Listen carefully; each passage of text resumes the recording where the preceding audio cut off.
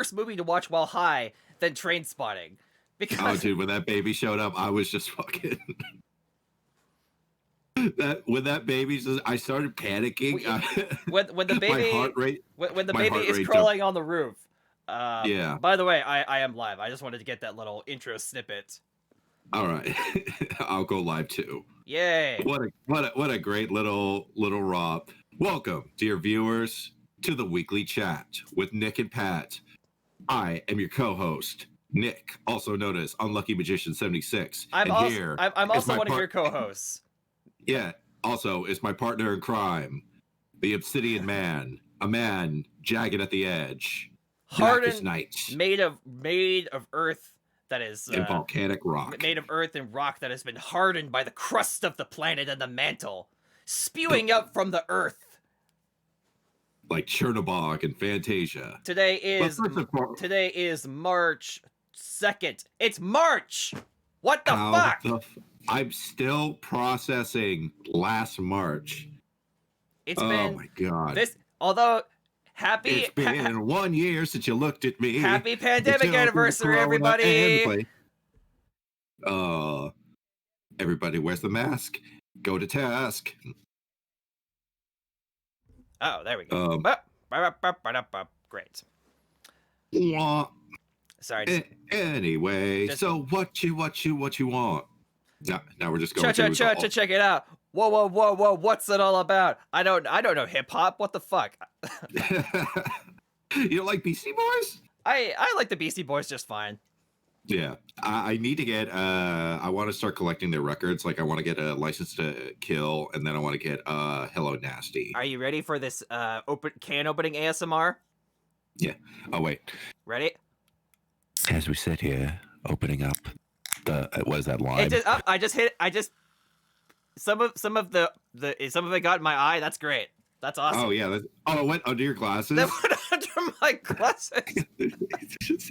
I swear, this is what happens. Like, you have the worst luck with carbonated beverage. Like, out of how long have we've been friends? Like, almost 15 years at this point. I wanted that to be like a fun joke, and then I got splashed in the eyes. Oh god, your eyeball is just gonna be sticky. Nah, thankfully, LaCroix has no sugar, so there's like hardly any there's nothing to get sticky from. Thankfully. Okay. No sticky icky. No sticky icky in the. Oh god damn it! There's like a tiny speck left. This is the worst opening to the show ever. No, I disagree. This is the best opening of the show. Anyway, now that we've waffled through that shit, this is the weekly chat with Nick and Pat. Let's talk about. But first and foremost, if you're watching this on YouTube, comment down below within the first hour. Why hit not? The bell. Why not hit the notification bell? Why not leave a comment? Hit the like button. It really helps us out. It helps us fight against the algorithm. Algorithm. I'm super serial, you guys. You gotta watch the weekly chat. They know what they're doing. They have good takes when it comes to anime, and not shit takes when it comes to video games. Exactly. Oh dear. But first and foremost, in all seriousness, as our tradition for the show, please do all those things. Create engagement, please. I know. We'll talk to you in the YouTube comments. Engage with us. Engage warp speed. But first and foremost, Paul. Hey, how you doing? Paul, what's going on, my guy? I want to be the first one to congratulate you. Our homeboy Paul actually just made affiliate last night. So what? Congratulations! That's awesome. Yeah, good job. I know. You finally get to make that Twitch money. Nice. Very cool. Yeah. So Paul, congratulations. We're really happy for you. Nice. Keep on keeping on. But as with every episode, Pat, how was your week? Honestly, it was another week. It's been kind of a slow burn. I didn't work that much this last week. I mostly played Borderlands 2, and I mostly put up more soundproofing.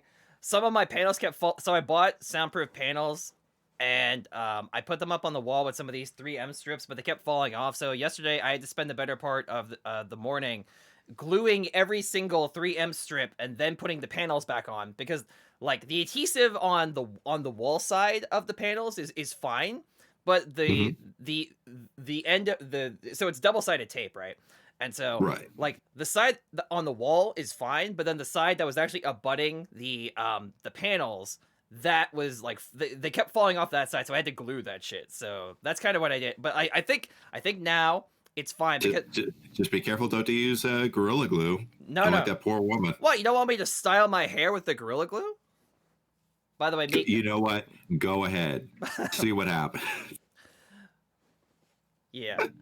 Oh my but no, God. so it was scary. It was scary what a because jokester.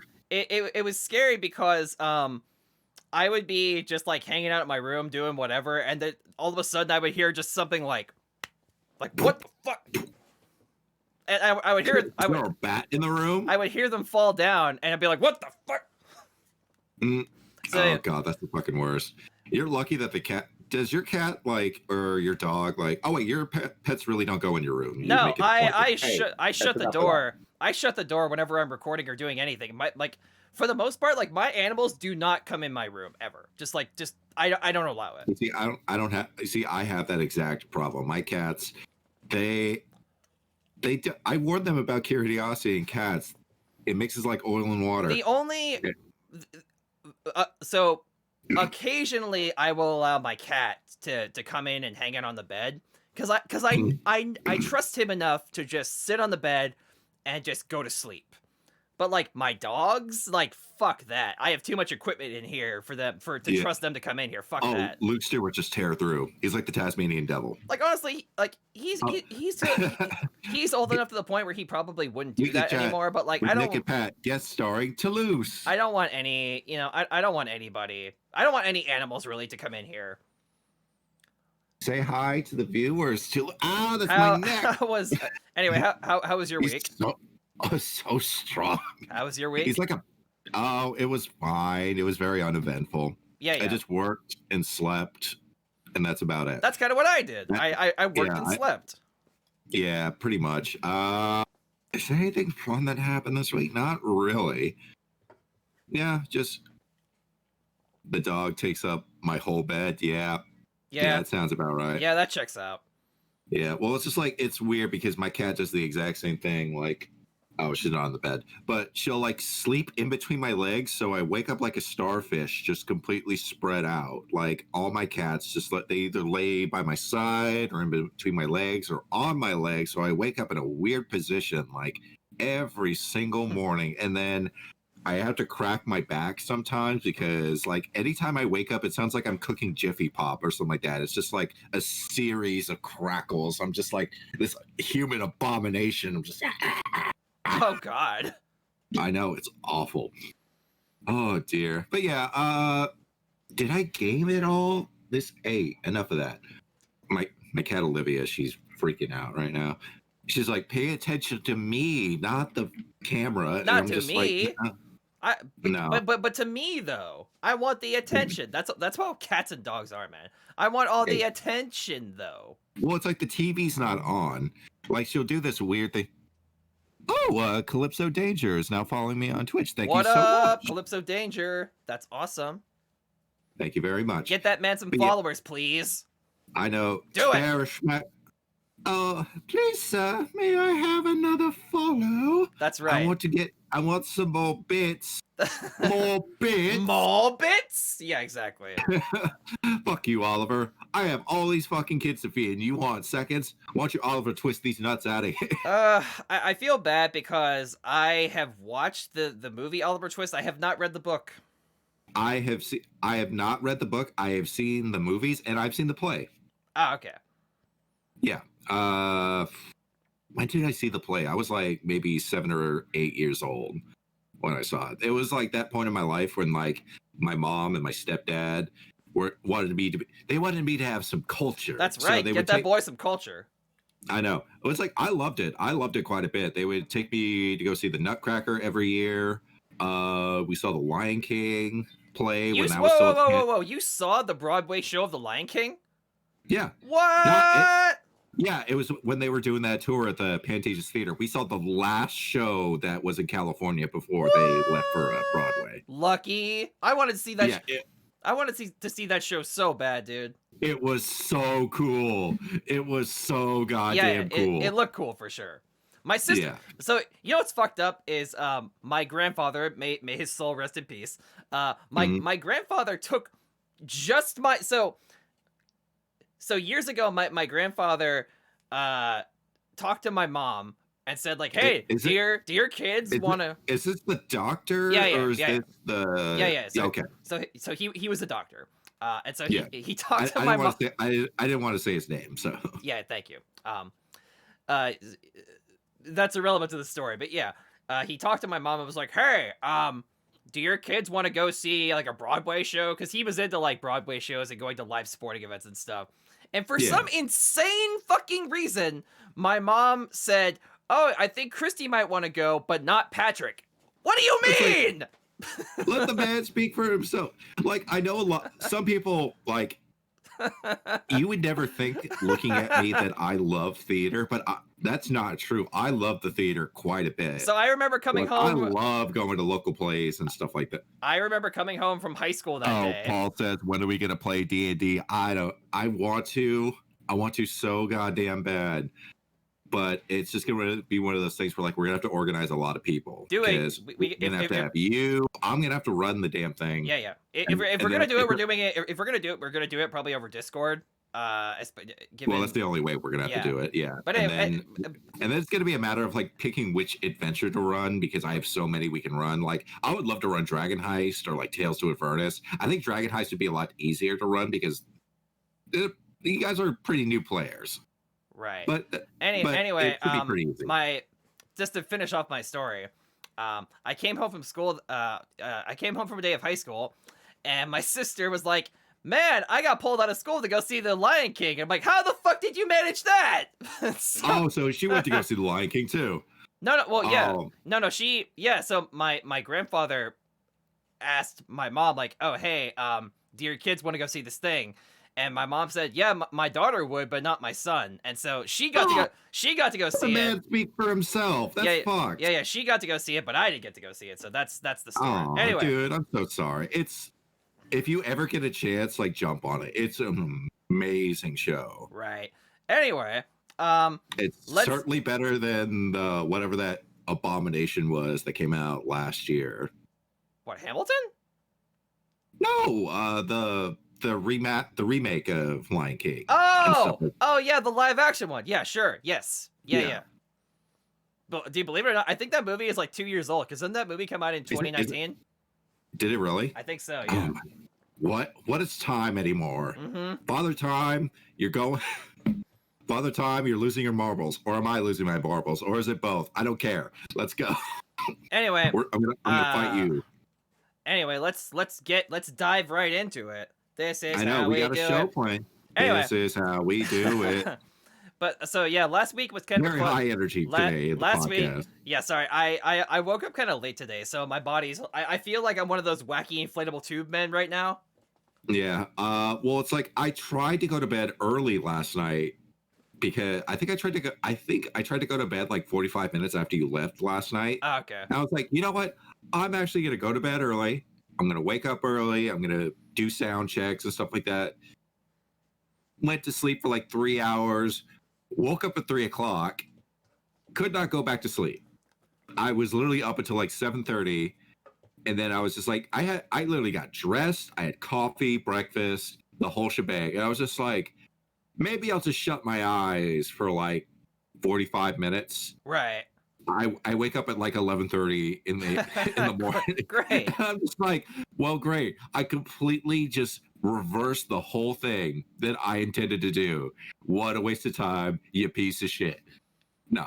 I mean, it happens. Anyway, so last week was kind of a clusterfuck because we sort of had like half a show, and we kind of had to. I wanted to apologize for that. It was my fault, but it wasn't my fault. It was an emergency. It was an emergency, yeah. So like, it was one of those things where like I had to go like right then and there. It's really funny because my boss was like, "Oh, just go finish the podcast." But I was just like, we were right halfway through like, if it was like maybe 2 hours in, I would be like, okay. But like, we were literally halfway through the show, and you'd have to wait another 90 minutes for me to go. Right. Yeah, it would have been a whole mess. Yeah. But yeah, so like I didn't. A lot of you guys watching on YouTube probably noticed that I did not upload an episode last week, and that's because I didn't feel good about uploading kind of like a half-baked episode. So what's probably Yeah. going to happen with that episode, if you saw it live on Twitch, because the VOD is still up and it's Yep. gonna, is Yeah, I still have it too. So what I'm thinking about possibly doing is we'll probably cut it up into yeah, different pieces. we'll probably chop it up. But anyway, if you didn't watch that We'll episode, harvest the body. yeah, we'll be like the Native Americans. We'll use every part of the buffalo. We'll use every part of the podcast. But so I wanted to. We'll just put the Powerpuff Girls on the top of the head to keep us warm, like a face mask. Yeah, exactly. And then what the hell?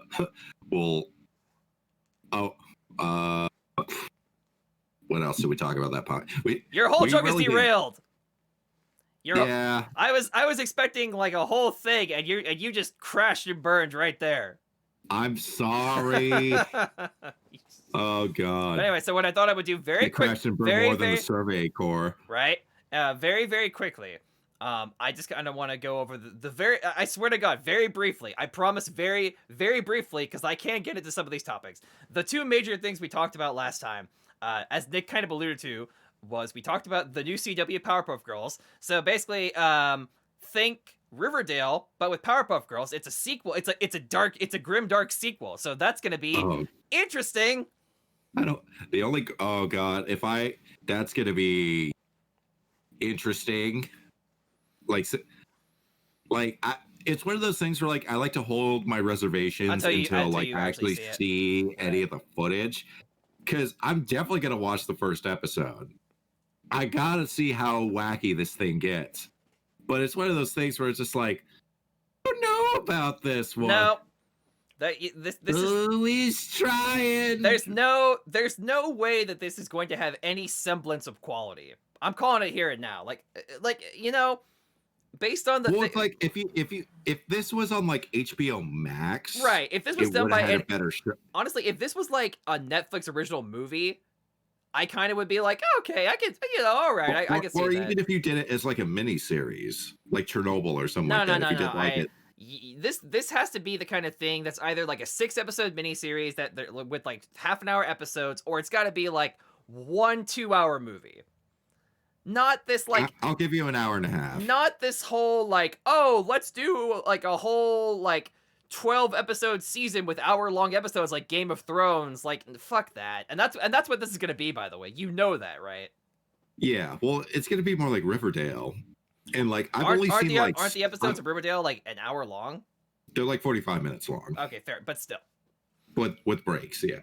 But yeah, I just kept thinking about it, and I'm just like, what the hell are they going to do to these characters? Because it's going to be one of those things where, like, I will put money on it that the mayor's going to be like this weird caricature of like modern politics, where he's going to either have like a drug problem, a sex problem. He's corrupt. He's going to be corrupt for sure. He's going to be so corrupt.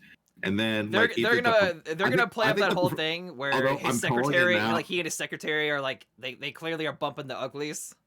Yeah. Or like she's secretly like puppeteering him behind the street. Ah, okay. Behind the scenes, Jesus Christ.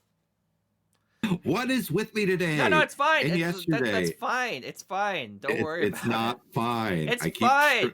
The more that you're disgruntled by it, the more it's like, I don't know. When it comes to like tripping over my own words, because I used to have a bad habit of doing this myself, where I would say like, I would go full George W. Bush and go, it's hard to put food on your family. What I found to do is just like just kind of take a moment, go to the side, come back and be like, I meant to say this. I'm sorry I said that. It's okay. Like it happens to everybody. Oh God. It's hard to put food on your family. Fool me 3 times. You can't fool me, yeah. At the very least, you can say Yosemite, all right? That's, if anything. What? Oh God. I felt like George Bush has slowly morphed into like this old wacky grandpa. I mean, he was already kind of an old wacky grandpa, but now he's just like, Man, oh, I just live on a ranch and like I hang out with my dogs. And I go biking all day and I paint. Also, I committed grievous war crimes. What? Wait, what was that last one? No, don't forget about it. I paint my dogs. Well, I think I'm sorry. While we were in rehearsal for the show, Nick was like, "Hey, man, I don't want this to be a political episode. Can we be less charged today?" And of course, the first thing I fucking do right off the rip is like, "Hey, 9/11 humor." Yeah.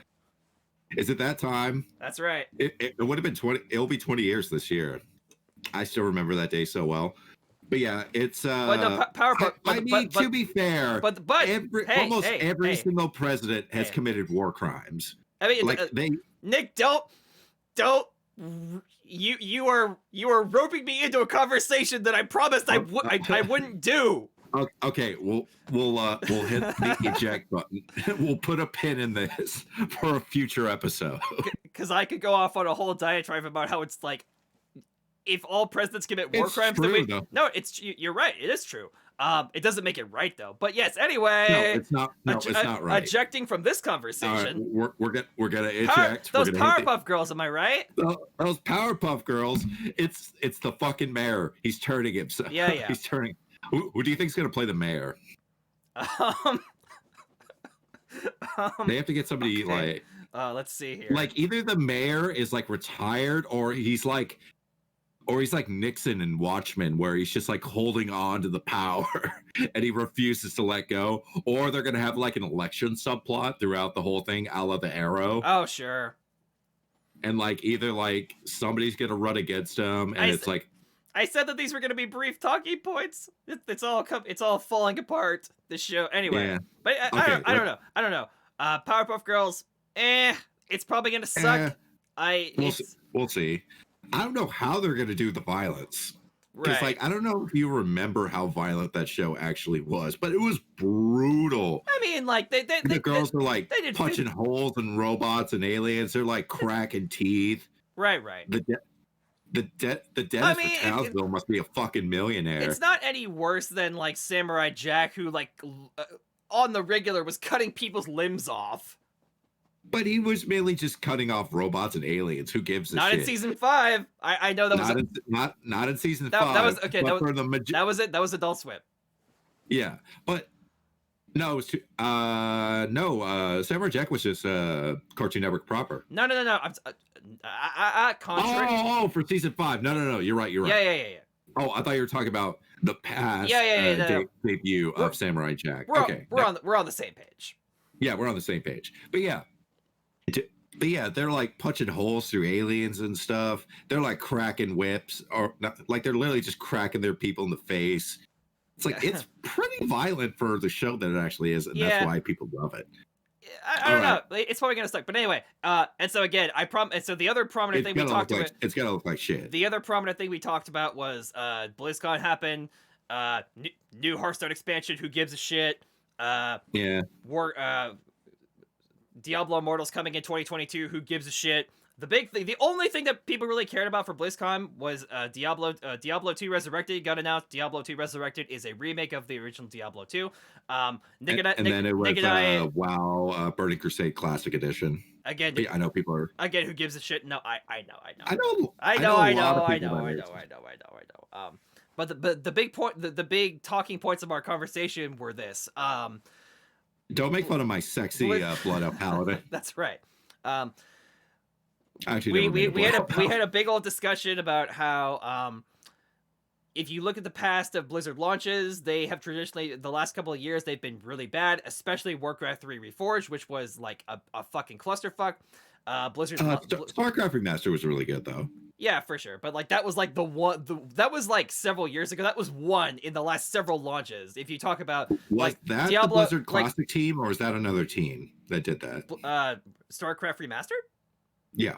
That was the classic team. That was like the one good thing they did, and the reason that was good was because one, it was a separate client, and two, literally all that was a StarCraft 2 HD remaster, and like that was it. It was a no thrills. That's all it needed to be. Well, they didn't make any other promises. They didn't promise new content. They didn't promise new stuff. They didn't promise updates. They literally said, "Hey, pay us $10 for a remastered version of StarCraft Broodborn." Like that was it. It runs really, really well. But yeah, so we talked about Reforged, and the reason that we talked about Reforged is because Blizzard are a bunch of liars, especially in the year 2021. They lie. They're liars. They lie all the time. And so even though Diablo 2 Resurrected looks like a pretty good game, it looks like a game I actually might get, even though it would be putting money in Bobby Kotick's pocket and said, fuck that guy. Fuck Activision in general. The thesis of my entire argument was simply to say, do not pre-order this game. I beg you. Magneto and X-Men 3, the pawns go first. I beg you. Or at least wait till the reviews come out. If you're jonesing to get this game, and listen, I am someone who loves Diablo 2, and I am someone who looked at the footage for Diablo 2 Resurrected as it came out, and I got genuinely excited. I got jitters. And I haven't been excited about a Blizzard game in like 5-6 years. Like, it's been a while. It's been a while. Pretty much, and I have not been excited for like a Blizzard game launch in like a fucking eon. It's been a very, very long time. Based on what happened with the EULA, what happened. We were excited for Warcraft 3 Reforged. Yeah. And then.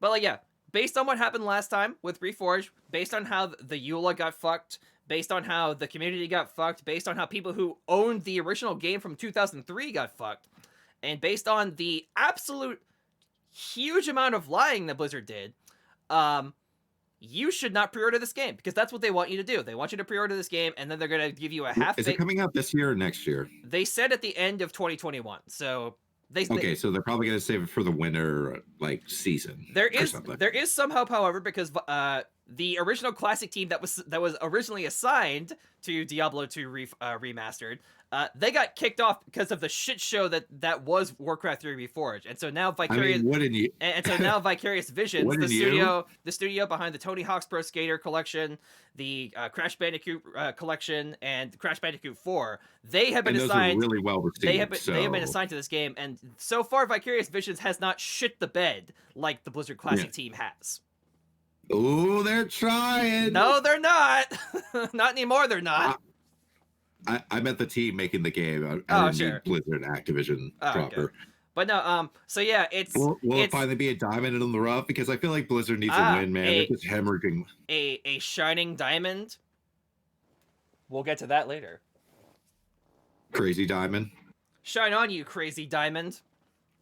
That song. You know that song is like 10.5 minutes long. Wait, that's a song and not a JoJo thing? I'm just kidding.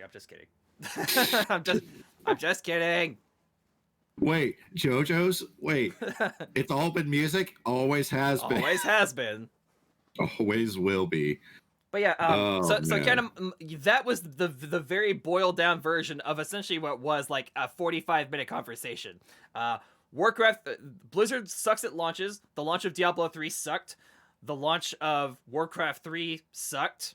Warcraft 3 Reforged more specifically, just to not be taken out of context. Yeah. Just wait a minute. Please do not pre-order this fucking game.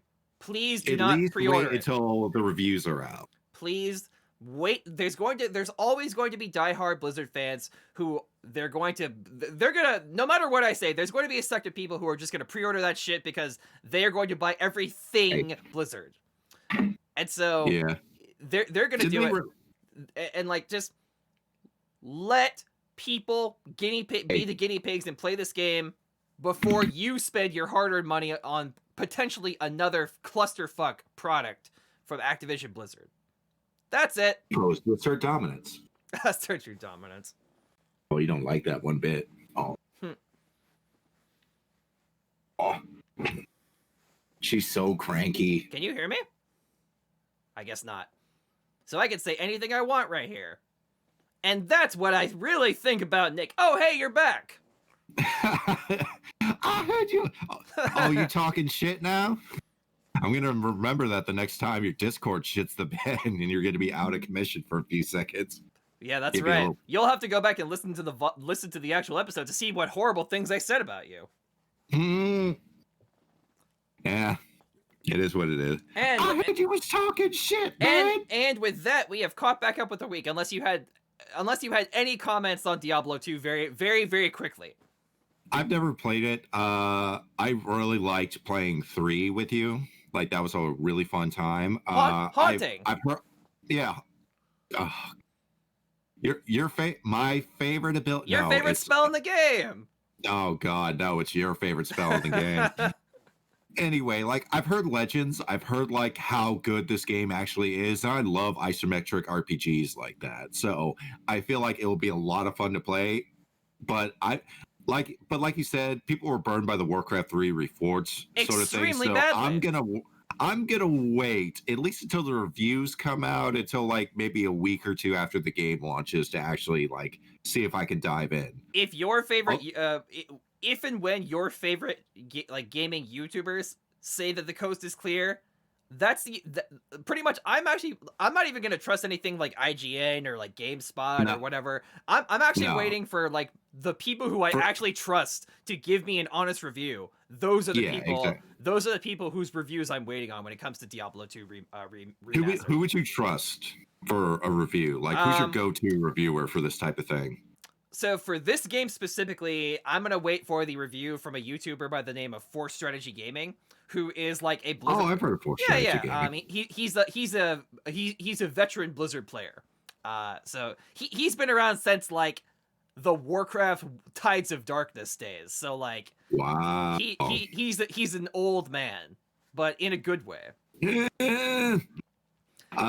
Yeah, who would I trust with that? I guess I would trust Gerard from The Completionist. Oh, sure. Because he'll definitely do like a 100% of this fucking game eventually.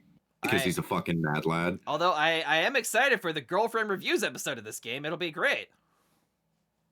Oh yeah, I just discovered that not too long ago. They're so okay. So for those of you watching who don't know, girlfriend reviews is if you want a fresh alternative to the typical dude bro talking about video games for reviewing purposes, there's a YouTube channel called Girlfriend Reviews, and the gimmick of the channel is that this girl will sit on the couch and watch her boyfriend play like AAA games, right?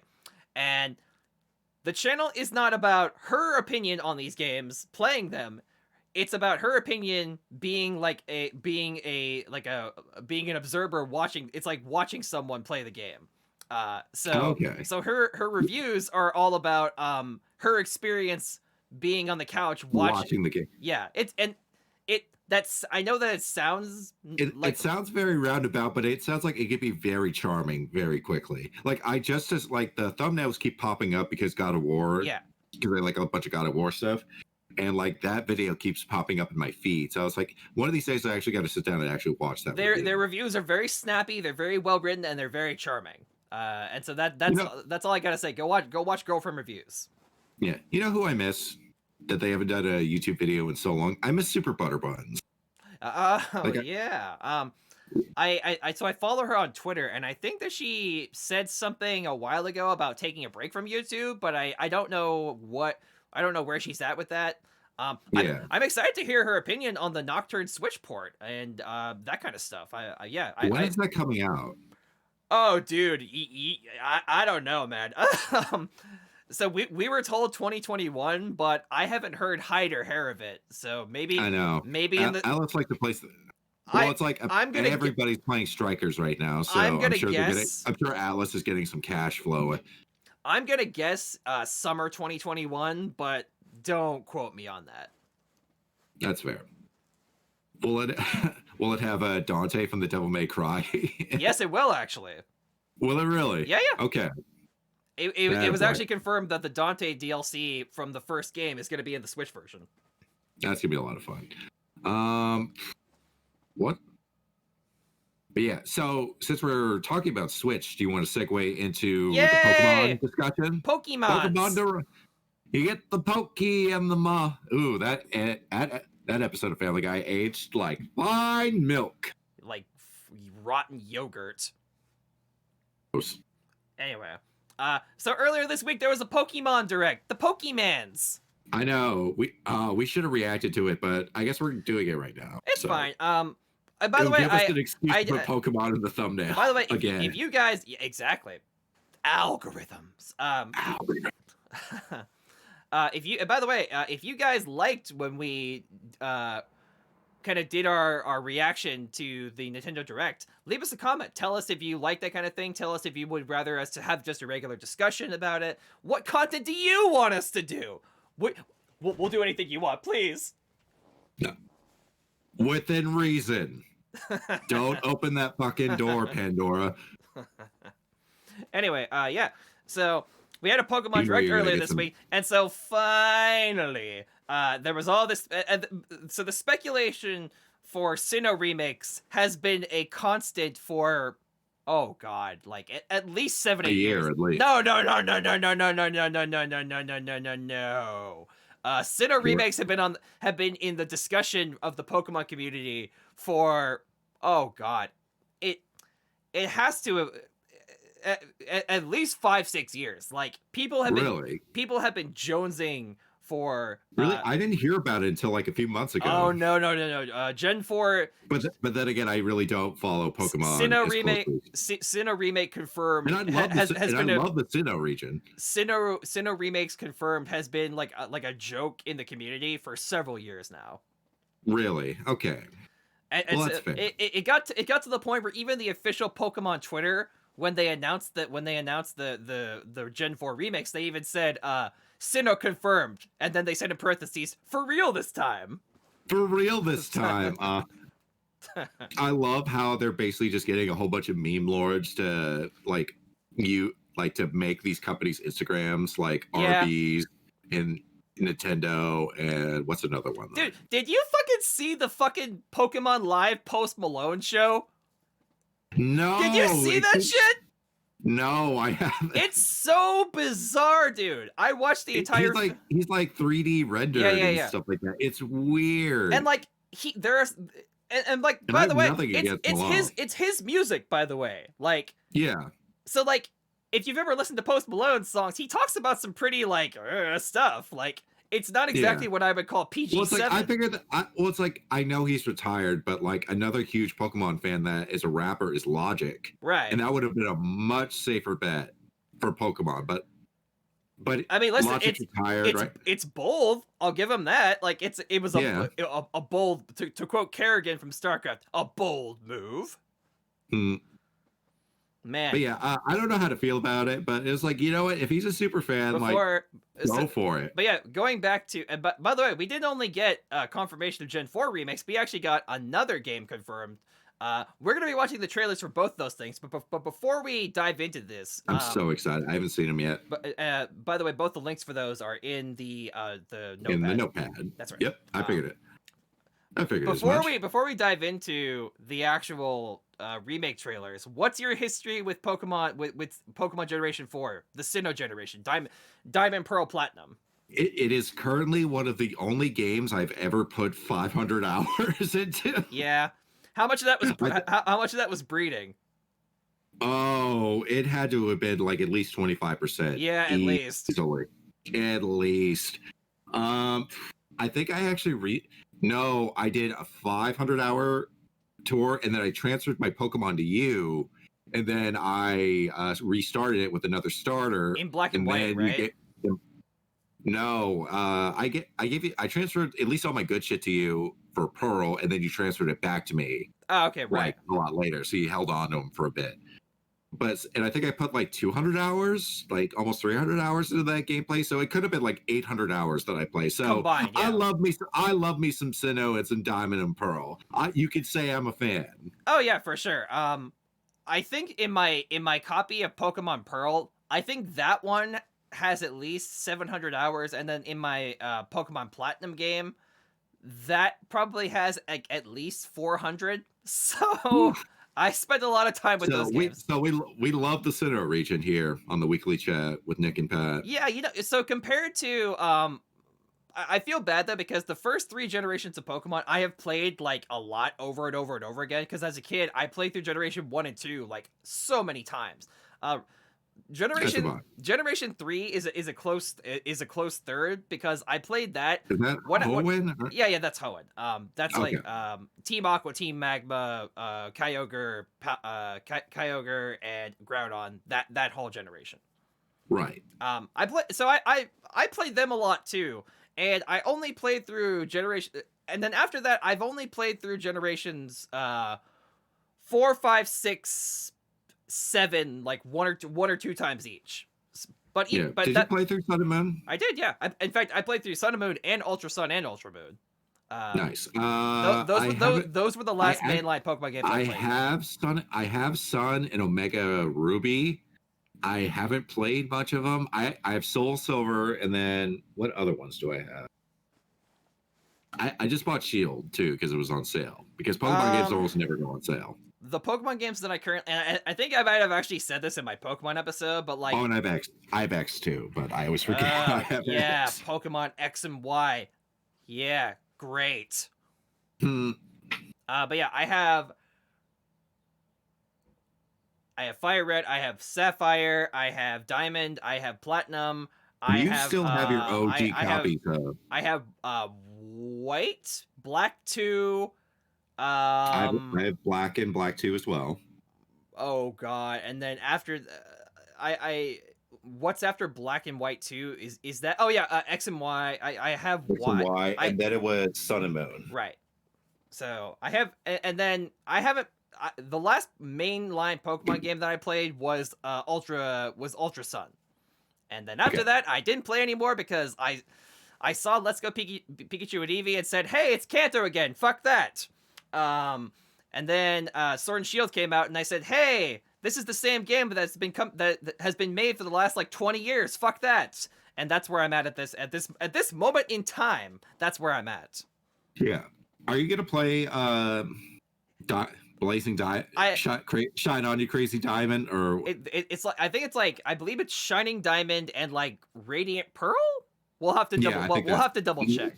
I guess we're gonna find out because we're gonna watch the trailer. But yeah, I guess Mother of Pearl. Mother of Pearl. Daddy. Daddy. I remember it was, oh god, there was somebody told me something about it's like this new like perspective of Mr. Krabs and Pearl.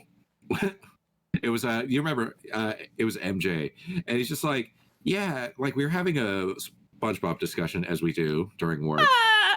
It's like, yeah, man, they never mentioned Mrs. Puff's wife, and it's like, oh, Mr. Oh, geez. Wait, you're talking about Mr. Krabs' wife? Mr. Krabs' wife. Although, yeah. hey, Mrs. Puff could be gay. That's fine. We don't care. No, that's fine. Although to be fair, it's been confirmed in the canon that Mr. Puff was married to Mr. Puff. Yeah. What happened to Mr. Puff?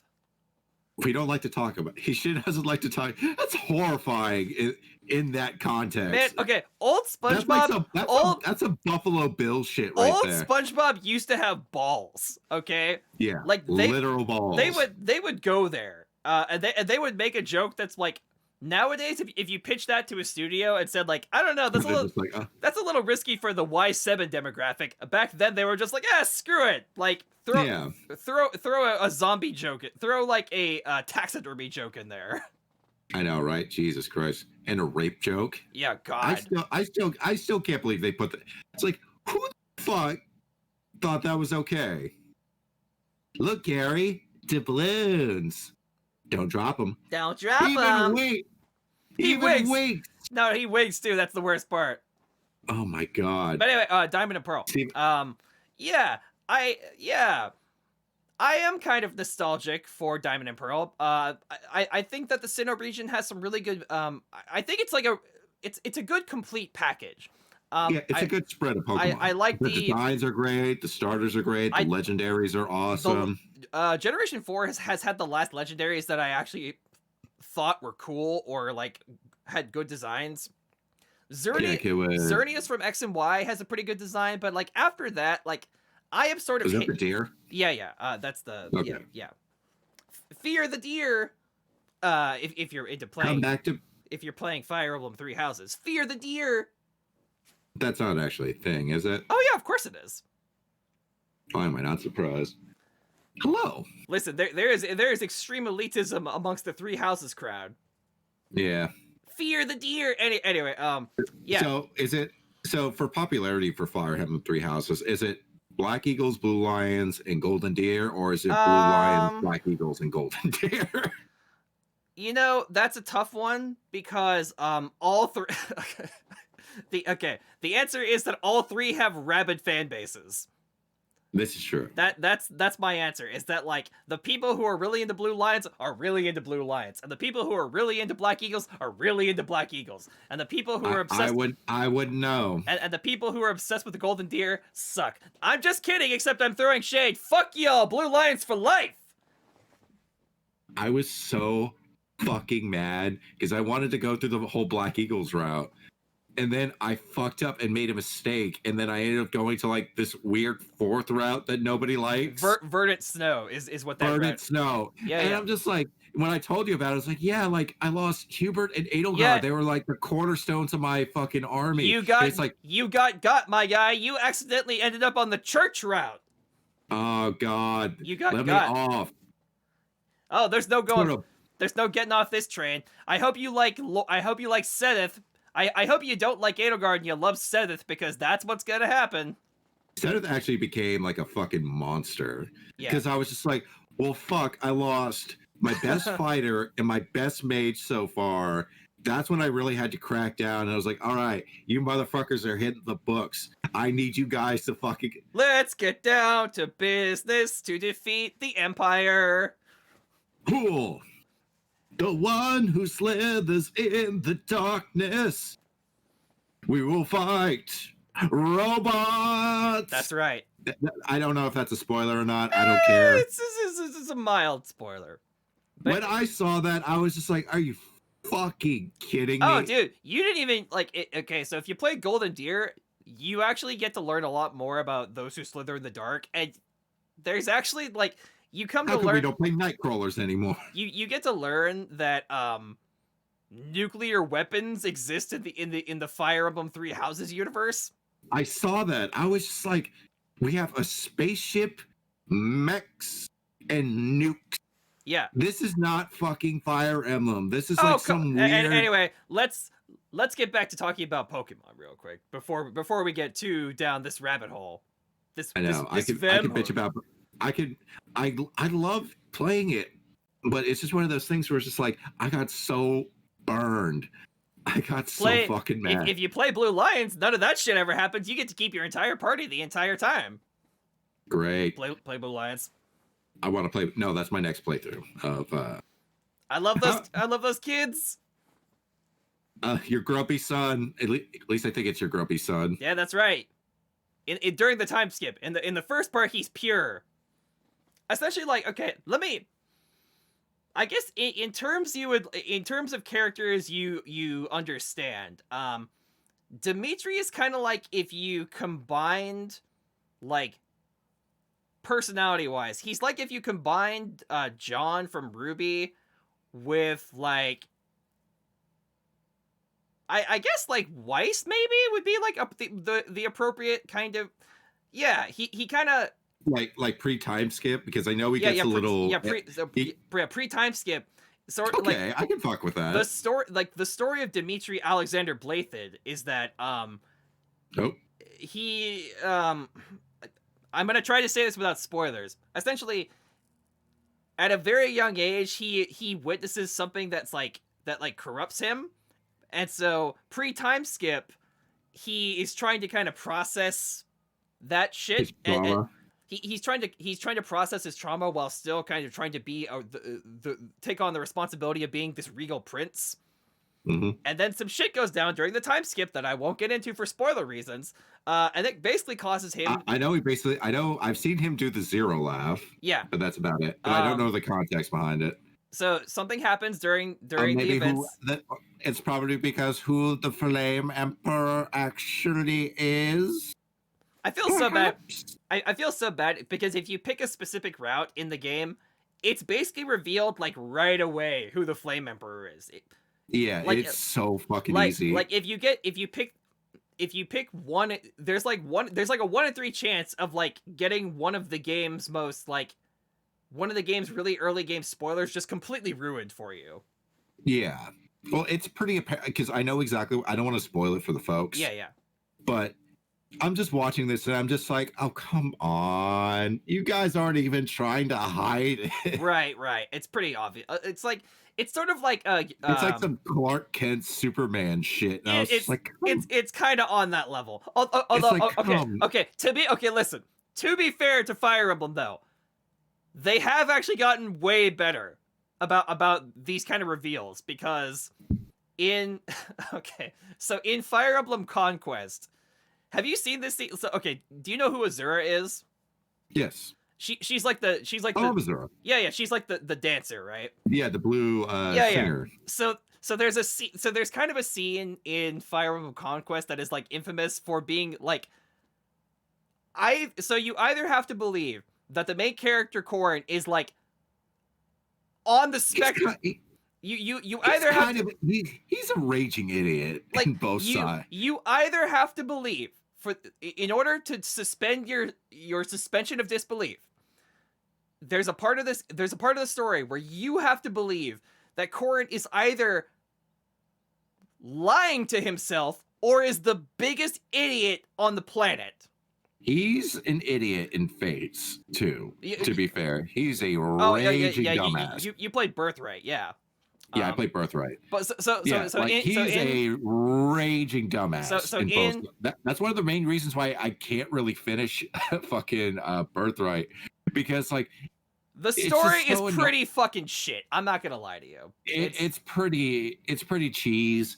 And I'm just like, fuck, man. But I want to finish this. So there's a scene in Conquest. It's about halfway through the story mode, and the synopsis is that King Garen and the army of King Garen, which the main character is part of, they're basically rampaging through Hoshido and like basically like pillaging, raping, and destroying everything in their path.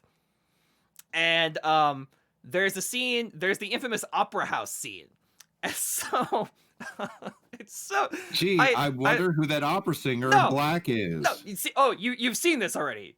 I've seen this. Yeah, I got to that point, and I'm just like, and then the king is just like, who is that? That lovely dancer? It's just like, motherfucker. You raised that girl, you fucking idiot. It's not even like she wore a mask or anything. So she wore like a veil that you can clearly see. So let me explain this part of the game.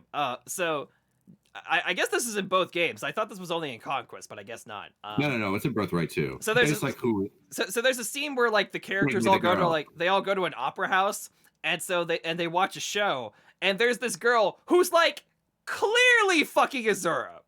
Like, yeah. You'd have to be fucking dumb as a bag of rocks to not know that this is Azura. And both Corrin and King Garen are like, wow, I wonder. In fact, Corrin actually says this, or he or she, depending, he or she, depending on what your gender is. He says, wow, that dancer's really talented. It's a shame that Azura isn't here to see this. It's like, are you fucking like, you can't be this dumb. I refuse to believe that the protagonist of this game is this stupid. He's such a raging dumbass. You are such a dumbass. Anyway, shall we? Yeah, let's get. Let me queue up. So which one do you want to watch first? Do you want to watch the Diamond and Pearl trailer first, or do you want to watch the Pokemon Arceus trailer first? I say let's watch the Diamond and Pearl remake first. Okay, perfect. Who's been... God damn it. I have that fucking song stuck in my head. If you watch WandaVision, you'll know the song. Who's been messing with everything? It was Agatha all along. God damn it. Hang on a second. Let me nope. Over there. Didn't mean to do that. Ready whenever you are. I am ready to. Okay, so... You do the countdown. You do the countdown. 1, 2, 3... This is a tale from a long time ago. Oh, hey, it's the OG whoops. I think I saw... Whoopsie! Sorry, I queued up the wrong thing because I'm a dummy. Hang on a second. Do you want to start back? You want me to zero it? Yeah, I'll zero it again. It's fine. I'm Simple Jack. Don't worry about it, you guys. You're not Simple Jack. I thought I clicked on the right. I thought I clicked on the right thing, but I guess in not. your head movies. Whoops! I clicked on the wrong thing. Oops! You clicked it again. I clicked it again. I've played with your streaming heart. too hard. The bit rate is fucked. Oh baby. Oops! You think I'm in love? Okay. Take now two. Send Take two. us the song. Take two. Okay. Take two. Okay. You do of the song or the stream? Okay. All right. Countdown in 3, 2, 1. Go. Shine on, you brilliant diamond. Or for your Steven Oh, that Universe fucking fan, old my school. diamond. That old school freaking DS. Oh, I love it. The gray clamshell. Oh God. Oh, man, I love that clamshell. Take me home, country road. To the place I will stow all the Pokemon in the PC. Oh, there it is. Oh, there it is. I'm so happy. Link's Awakening. I'm so happy that it's going back to a top-down style. You have no idea. Yeah. I know, right?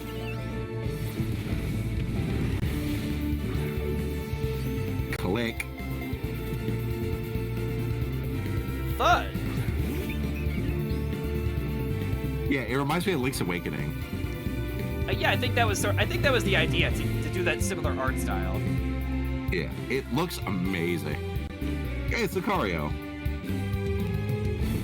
It's Gardevoir. It's Gardevoir. Oh no, sorry, Garchomp, not Gardevoir. Sorry. What are words? See, even I do it. Yeah. Oh yeah, brilliant diamond. Okay. Late 2021, so right around. Yay! Right around Christmas. Hey, I'm pretty excited.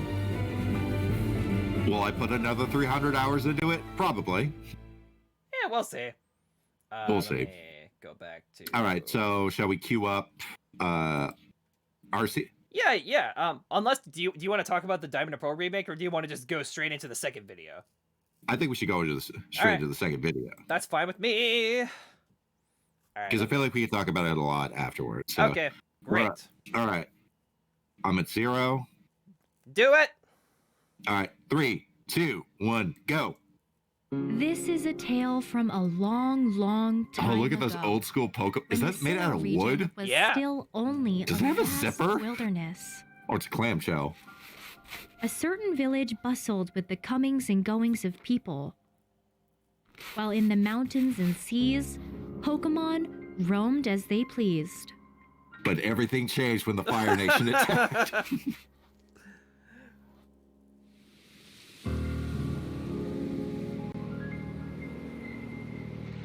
Okay.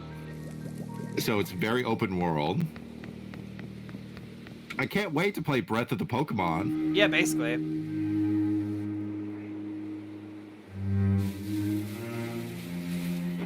Oh wow, it can actually dodge roll. So how do you battle, or do you just... There is battling. You'll see. Okay.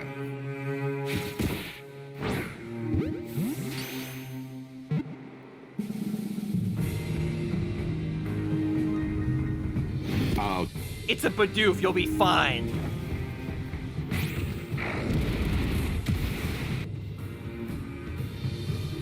You get the pokey in them. Oh wow, you can actually see a Torturtle in the wild. Hey, it's Cyndaquil. Yeah.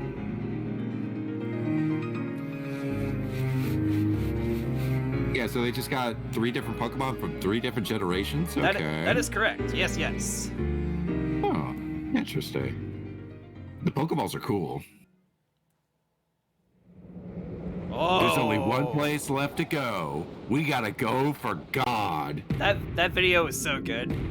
It's tremendous. We've captured everything from the embodiment of space and time. Every human emotion, every element. What do we have now?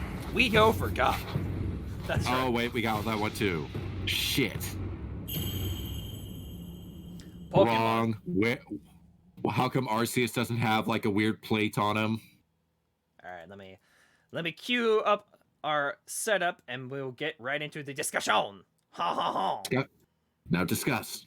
Ha ha Now ha. discuss amongst yourselves. Anyway, all right, we're back. Great.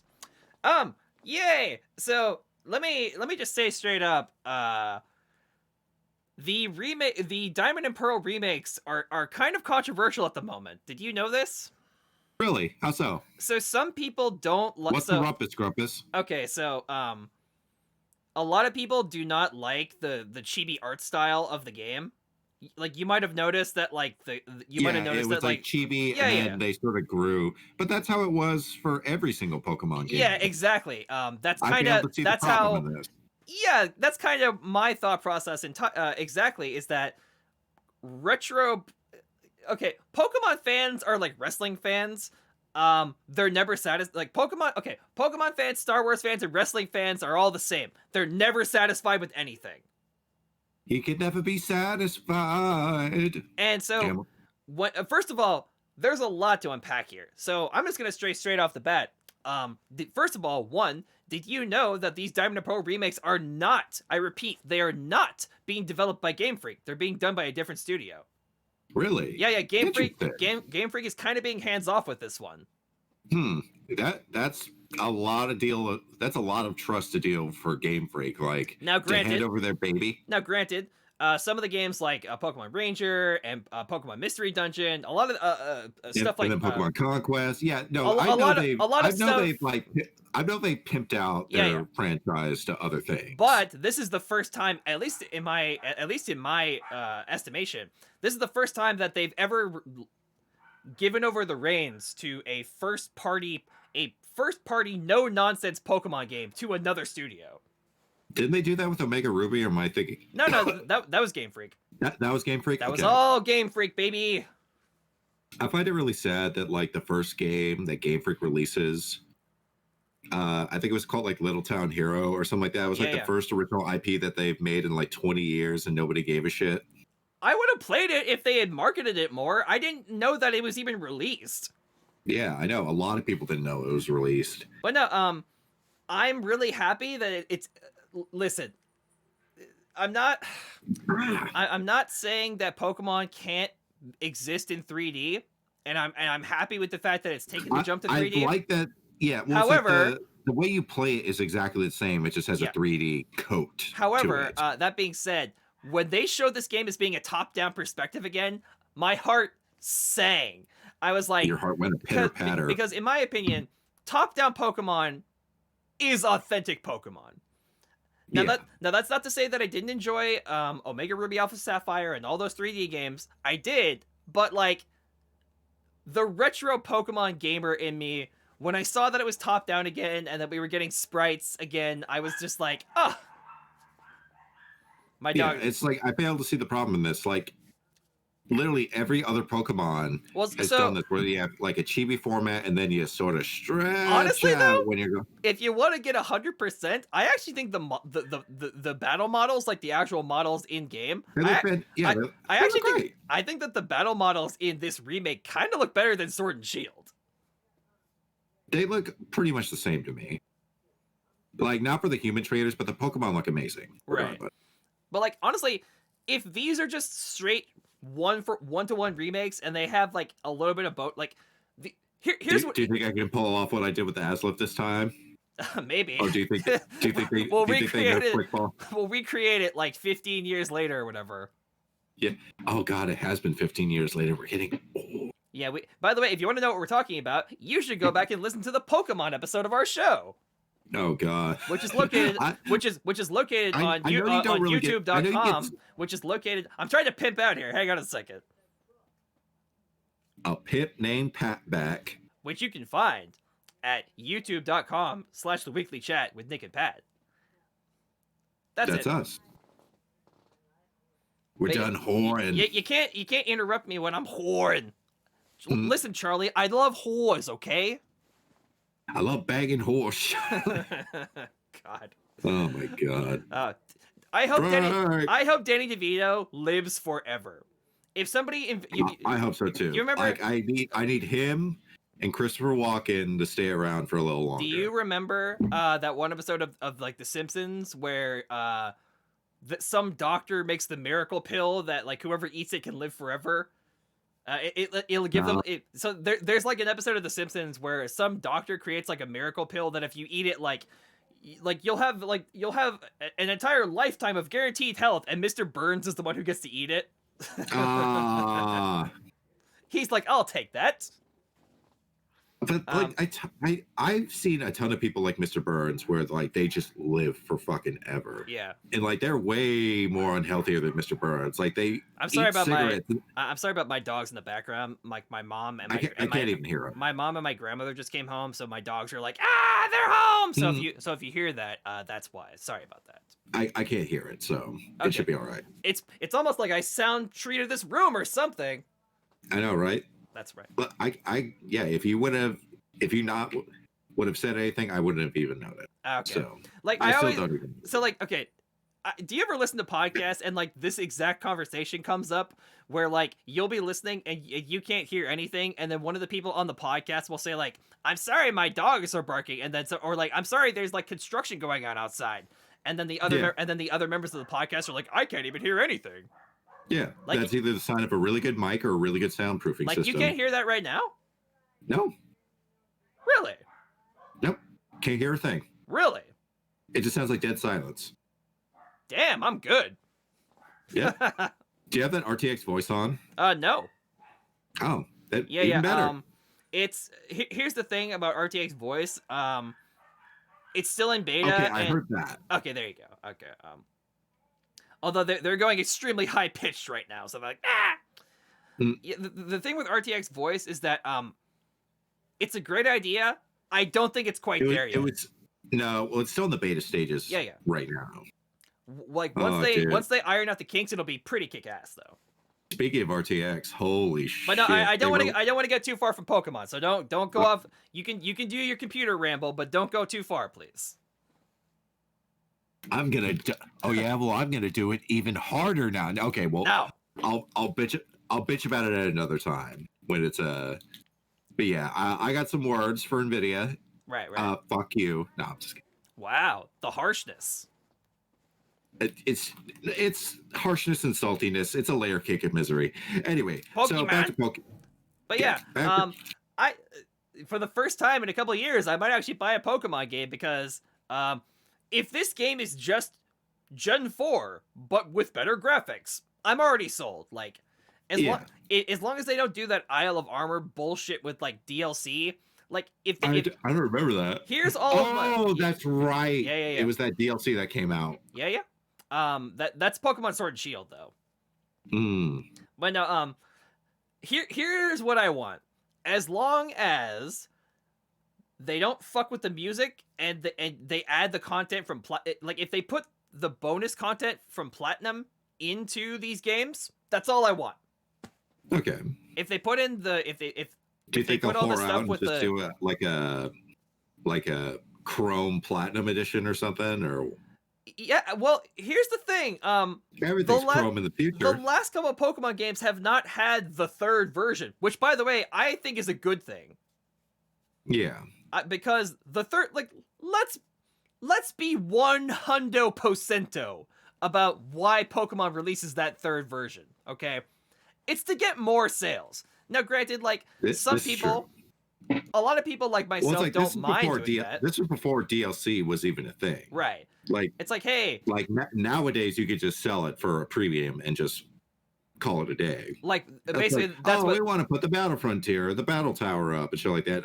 Just sell it to them for like $30. One of the most disappointing things about Omega Ruby Alpha Sapphire was that they promised to patch it. Remember that shit? They promised to patch in the Battle Tower, and then they never got around to it. Really? Broke my heart, Game Freak. Don't go breaking my heart. Don't go breaking my. So, don't go breaking my bank. Did you like what you saw on the? I liked what I saw quite a bit. I think Arceus is still in like its alpha stage right now. Right. Yeah, you want to talk about Pokemon Legends? Like you want to talk about the second game now? Yeah. Okay. I think it's still in the alpha right now. It's a little choppy animation wise. Oh yeah, with the frame rate. Yeah. Yeah, with the frame rate, yeah, looks like it's just running at like 25 frames per second. But it is what it is. I'm curious. You remember? Okay, do you remember when we did our Pokemon episode and I went on my entire rant about how like this is the same exact game that I've played for 20 years and I've done the exact same thing and nothing has changed. This is this is the kind of thing I was hoping for. Like this is the answer to your prayers. This is like this is like Pokemon in a like all you're doing is like it's like Princess Mononoke. Yeah, it's like Pokemon. It's Pokemon in a different time period. Boom, that's all I want. Like something different. Like, and so now they're going for this like feudal era Japan thing where like they're gonna show the origin of like Pokeballs and they're gonna show the origin of like Pokemon and like all this stuff. And like apparently the starters all have different evolutions based on the Sinnoh region. Really? Yeah. So like, so you might have seen that Rowlet, the little owl, was one of the starters. It got shown on Twitter the other day. Owl. Mr. Owl. It was shown on Twitter the other day that when it evolves into its third stage, it will not evolve into Decidueye. It will evolve into this different form, which is like this green like falcon type thing. It's really cool. Ooh, new version of Cyndaquil. Yeah. There's gonna be a new version of like Tysplosion or something. It's gonna be great. Ooh, are they gonna have like different mixes of starters to choose from? I think it's just Cyndaquil, Rowlet, and Piplup. But like, you know what? That's fine as long as it's not like it's kind of going back to like the fire, grass, water thing, which kind of drives me up the wall. I'm not gonna lie to you. But like, at least it's something different. It's something. It's when you find out that like those three Pokemon technically are legendary Pokemon because you can't catch them in the wild. Right. That's the one thing about Pokemon that always pissed me off. It was just like, let me catch the fucking Bulbasaurs. Let me catch the fucking Squirtles. Let me catch the like starter Pokemon in the wild. Right. Like, yeah. And I think the reason they do that though is because well, first of all, in later games, breeding becomes so easy anyway that like as long as you know people, you can kind of have all the starters you want. And second of all, if you have a friend with the other game, like. And second of all, I think the idea behind that is they want to keep the starters. They want to make them seem like special, right? Like they want them to kind of stand out and be like, oh, this Pokemon is special. You can't find it anywhere else. This isn't like. Or another way you can do it to where you don't have to break the bank, you can like have it as like end game content where you can either do like a special event or you can basically like catch them after you defeat the champion or something. Can we get a new game plus, please? I hope one of these games has a new game plus where like I can like, oh hey, you want to carry over your save data and try again on a harder difficulty, like something. Oof. No. Oh no! I took my hat off, and like my hair is just like. Woo! Oh, okay. It's like this weird faux. Is it a unicorn? It is a unicorn. You mess with the unicorn, you get the horn. But yeah, no, listen. I don't know if I'll get it day one, but Pokemon Legends Arceus, it's something different. It's something different. It's a fucking breath of fresh air. It's a drink. It's a breath of the wild of fresh air. It's a drink of cold water in the middle of a desert. It's something different with Pokemon, and I'm here for it. Yeah, and then there's that remake of Snap that's coming out soon too. Mm-hmm. So they're just like, wow, we could actually wow, people actually want this? Yes, we've been wanting it for like 20 years. It's actually criminal that the Wii U went its entire life cycle without a Pokemon Snap game. It's actually criminal. They didn't have a Pokemon game either. I think didn't they have like that tournament fighter like Pokken? Pokken, yeah. Pokken, yeah.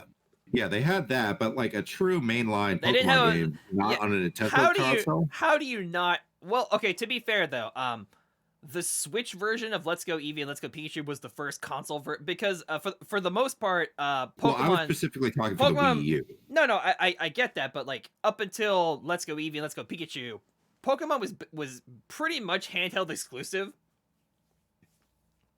Yeah, I guess you're right. Like, I think the idea behind that was that like Nintendo wanted like a franchise to spearhead the 3DS and to spearhead the DS and the DSi and the Game Boy Advance and the Game Boy Color. Like, they wanted they wanted their line of handhelds to have definitive franchises. So like, I kind of get it. But still, come on. And I mean, like, there was stuff like Pokemon Battle Revolution on the Wii, and like I think there was some Pokemon related. I guarantee you there was Pokemon games on the Wii U. I know, but I'm really talking about a mainline Pokemon game because, like, it's kind of like like you see what I'm saying. Yeah, but like, do you see what I am saying? But like I'm saying, the Wii basically did the same thing. The only game that was on the Wii was Pokemon Battle Revolution for the most part. Oh god, I forgot about that. Yeah, but yeah, Pokemon art. I don't know. It looks fun. I don't know. I like the idea. No, it looks a lot of fun. I like the idea definitely of getting like that shining diamond. I like the idea of. Are you gonna get Pearl this time around, or are you gonna get Diamond this time around? I got Pearl when I first played, so I'll probably go full nostalgia and I'll probably get Pearl again. I'll get Diamond. Time Dragon, let's go. Yeah, Generation 4, I think I was kind of talking about this earlier, but Generation 4 is, in my opinion, the last time where both of the legendary Pokemon, like, had cool designs. Oh, yeah. It's not like X and Y, where you basically just have, like this Venus flytrap-looking bird. Xerneas is cool, but then... Okay, I always don't know how to say this Pokemon's name, so if I fuck it up, please forgive me. But I believe the way that you say this Pokemon's name is, like... Yveltal? Yveltal or something like that. Yeetatile? It's like Yeetatile. Yeet. I think it's like Yveltal or like Evatile. It's like it's a weird like it's hard to say. It's like Evatile. I think that's how you say it. It's like it's the bloody vulture thing. Whatever the fuck it is. It's like the bloody vulture. The menstrual vulture. Whatever. Oh, gross. Oh, tell me I'm wrong. Look at Evatil and tell me that it's not like a gross, disgusting bird. I want my bird. Look at this guy. But then, yeah, never a moment's rest. Then you have stop staring at me with them big old eyes. And then you had stuff like Luna and Solio, and like, I'm sorry, they're just not cool designs. And like the legend, and don't even get me started on the Sword and Shield legendary Pokemon that just look fucking ridiculous.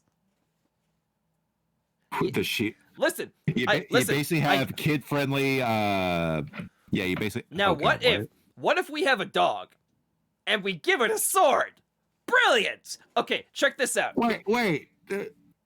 But isn't that already in Dark Souls? Doesn't matter. No, listen.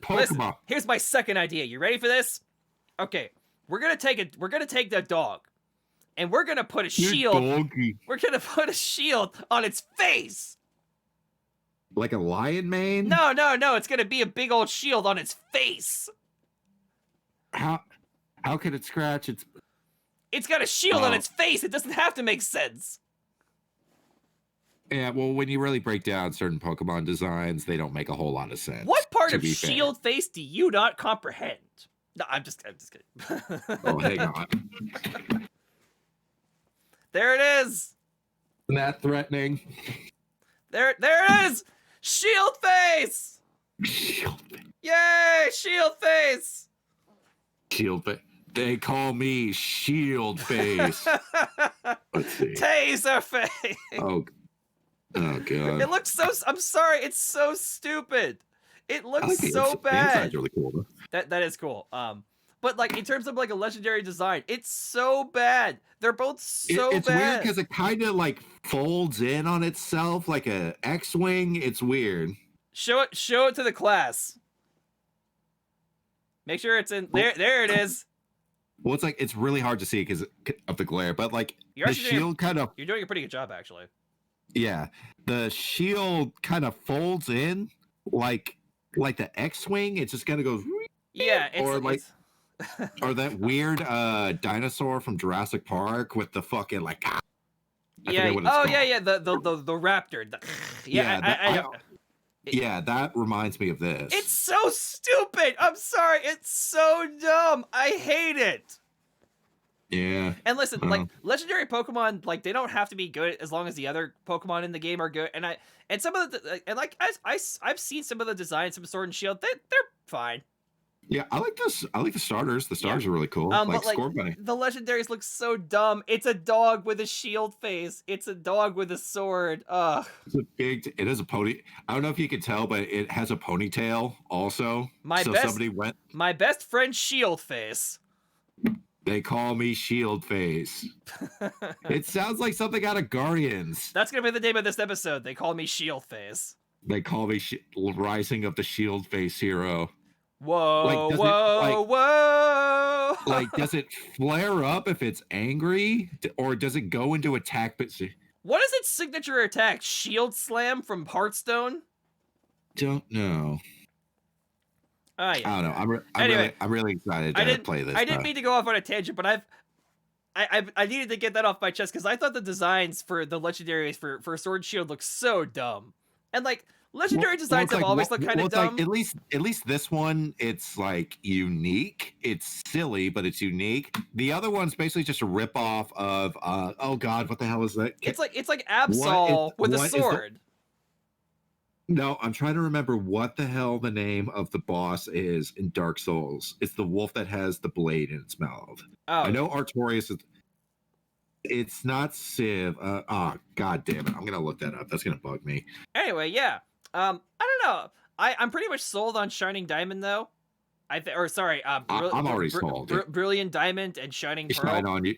Shine on you, crazy diamond. Shine on you, crazy. See, like JoJo Part 4 has cursed me, so every time I look at Brilliant Diamond, I'm just gonna. Oh, okay. So it was Civ. Oh, there you go. Here's something that's really confusing about Dark Souls bosses. Sometimes there are two bosses named Civ. You have the Great Gray Wolf. Civ is the really famous wolf with the blade in its mouth. But then you have a scaleless dragon called Sieve the Scaleless. So Sieve and Civ, whatever. Oh god, well, that's gonna be any final thoughts on Pokemon Gen 4 remakes? Any final thoughts on the Pokemon Direct? Any final thoughts on Pokemon Legends? I'm really excited. I can't wait to see this brand new era of Pokemon go through. I'm really excited for Shining Diamond. Shine on you, crazy diamond. I want to do it just so I can see if I can pull the same shenanigans that I did like 15 years ago with the quick ball. Oh, dude, do you want to? Oh, dude. So you remember in the first in Diamond and Pearl, they had that like the wife like the co-op battle tower where you could do where you could do 2-on-2 where you and a buddy could play against the computer. Do you want to stream that shit? Fuck yeah, dude. We'll do some co-op 2v2 versus the computer on the battle tower. That's gonna be a lot of fun. I will have to get a capture card to do that. So oh right. I'm gonna get one anyway. Okay. It's fine. I'm debating whether to get one for my PCI slot where I could just slide it in there, or because like it's just sitting. It's just slide to the right. Well, it's like it's just sitting there unoccupied, and I was like, I might as well just put something in there. Yeah, I'm. Hopefully, if I get some cash flow in, I'm gonna upgrade my PC because I want to update the cooler. It's about time. I want to start pushing that thing as far as I can go. I want to get I think it's called the Kraken X3.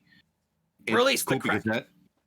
Because it has an LCD monitor on the pump for the AIO, which is AIO is an all-in-one cooler. It's basically like the part that like cycles the water. It has a screen on there, and you can have the temperature on it, but also you can put GIFs on it too. So you can have GIFs playing in your PC. So that's always a huge plus. I'm debating whether to throw some more RAM in there. We'll see. Usually 16 gigabytes is a pretty sweet spot right now. It's kind of like the gold standard. Anyway, shall we move on here in a second? Oh, baby, I'm sorry. I didn't see you. I threw my case for Shield up. And I almost hit my cat. Do you want to talk about Ruby Fairy Tales of Remnant? I have no idea what this is. Please beguile us. Oh, yes, I would love to. Beguile us with the Ruby. So it's kind of in the same vein as that History of Remnant show. But here's the thing. There was a book that just came out earlier last year. It was called Fairy Tales of Remnant. And it basically has exactly what it sounds like fairy tales and different stories from Remnant.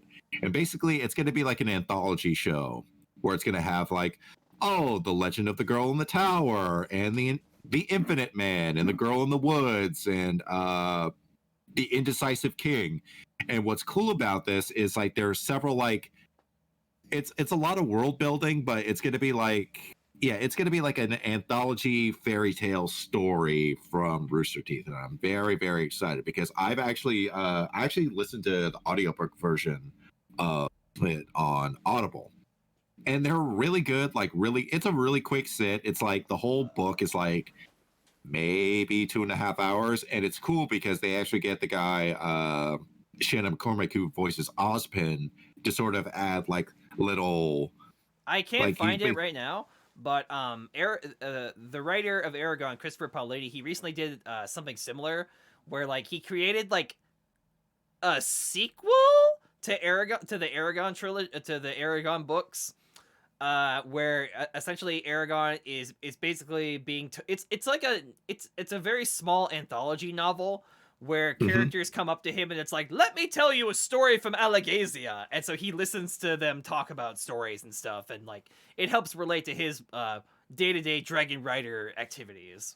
Yeah, because he basically becomes a god at the. Well, I don't want to spoil what happens. Yes and no. He doesn't become a god necessarily. Old crotchety like Luke Skywalker in The Last Jedi. Here's the thing. One of the things that I really like about Aragon, the character, not the book series, is that in the universe that he occupies, he's actually not that powerful. But he, kind of like a shonen anime protagonist, he gets these like little bursts of like extreme power when the situation kind of calls for it. Okay. And so it's less about him being strong, and like, okay, so when it's I say less about him being strong, about more him being wise. Yeah, exactly. Smarter. In fact, so like one of Aragon's greatest rivals, a character named Murtagh, at the end of the last book, when they have kind of their final duel, Aragon just straight up admits that, like, yeah, Murtagh is way stronger than I am, but I can still beat him because, like, I'm more knowledgeable about certain things, and I'm smarter about the way that I fight, and Murtagh fights with hatred. It's the kind of thing where, like, oh, like, Murtagh fights with hatred in his heart, so he can't beat me, who fights with love and peace, and, like, and this kind of thing. Theatricality and deception, powerful agents to the uninitiated. And also, again, I don't want to spoil too much if you've never read the Inheritance series, but like there's a revelation that happens at the end of the third book that basically equates to, depending on who you are, there are these items that are revealed. There are like these lost treasures that are found that basically, it doesn't matter like how powerful you are. If you have enough of these treasures, you can basically beat anybody. You are the Ubermensch. So, like, even somebody like Aragon, who is, again, not the most powerful person in his universe, definitely not, because he has enough of these things, he's able to kind of overcome and save the day. And those are the Millennium items. And I'm being really vague, and I'm doing that on purpose, because what I can't tell you what these items are, because if you've never read the book, it is a huge spoiler. So if I can't even begin to... Is it like somewhere along the level of like how like Tom Riddle's diary in 2 of Harry Potter was a Horcrux? Like that level of like, that was it the whole time? Okay, kind of. You know what? Okay, I'm going to very, very briefly spoil certain things from Aragon and the Inheritance series of books. So if you haven't read them and you want to, you might want to skip ahead to our next segment in the episode if you're watching this on YouTube. It turns out the blood diamond. Okay, for real though, this is your last tips. If you want to, if you've been planning on reading the books and you don't want me to spoil a major part of books 3 and 4, get out now. I don't want Get out with it getting good. if I get comments on this video saying, "Oh, you spoiled all the best stuff in Aragon," this is me warning you ahead of time. I don't want those comments because I gave you. I'm gonna give you a full. They're still gonna be. I'm gonna give you a full 3. Well, actually, if you want to leave a comment telling me how much I suck and how much my Aragon opinions suck, please do leave a comment down below. All right, so spoilers are about to begin. In 3, 5, 2, 4, 1. 3, 2, 1, and go. Okay, so at the end of book 3, it is discovered that when you kill a dragon, they drop. Basically, they sort of have like 2 choices when they die. You can either just like kill a dragon and have it be dead forever, or a dragon can like right at the moment of death, it can like dump its entire personality into this stone called an Eldonari. Okay. And so like every single dragon has like it's like in the folds of their flesh, they have this like stone, and it's called an Eldonari Stone. And what it is when they die, you can remove the Eldonari, and the stone is basically like a hard drive that has the personality of that dragon inside that stone. So it's sort of so like you can kill a dragon, like you can kill a dragon's body, but like a dragon can't kill the spirits. But essentially, like it's like if you've ever played Diablo, it's like a soul stone. Okay. It's like a stone that like embodies the spirit and the knowledge of that dragon. Okay, so it's like a flash drive. And Eldonari are like, they basically don't age or get corrupt. Like if you take care of an Eldonari, they can last forever. Okay. And so, but here's the thing: not only do the Eldonari carry the souls of dragons, they carry the magic energy of those dragons. So, if you're a mad king who goes on a killing spree and kills just like a fuck ton of dragons, you can get a whole bunch of these Eldonari, and you can use them and then he makes the Infinity Gauntlet. I mean, you joke, but that's kind of what happens. Something on that level where I'm just imagining Galbatorix with like a pimp like gold chain with like shit tons of fucking reason gems that in it. The reason that Galbatorix, the main antagonist of the Inheritance books, the reason he is so powerful and like fucking unkillable is because he is armed to the teeth with like the souls of like hundreds of dragons. Oh shit. And it basically it makes him like the most powerful wizard in the world. To the point where like he doesn't even need to fight you with like with his sword or with his dragon, which he can probably do. Just snap.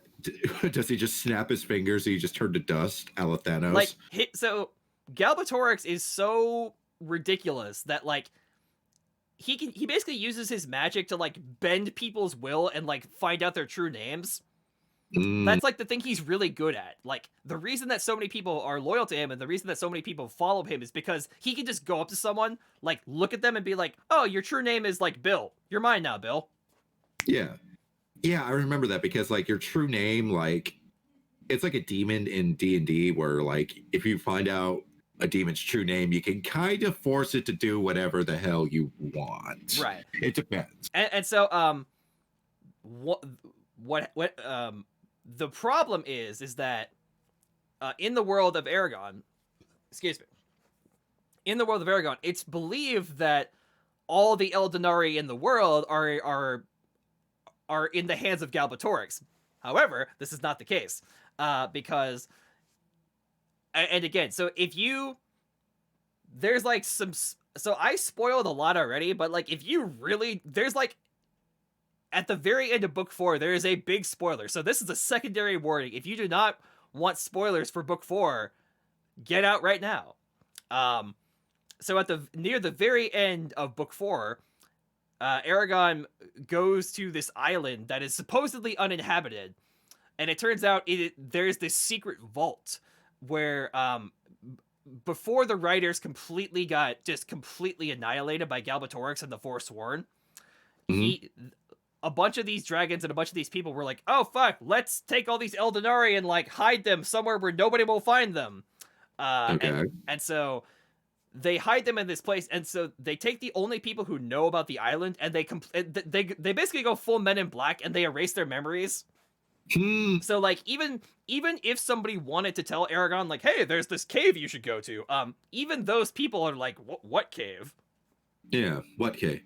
And so he basically has to, the way that there is no vault on the island.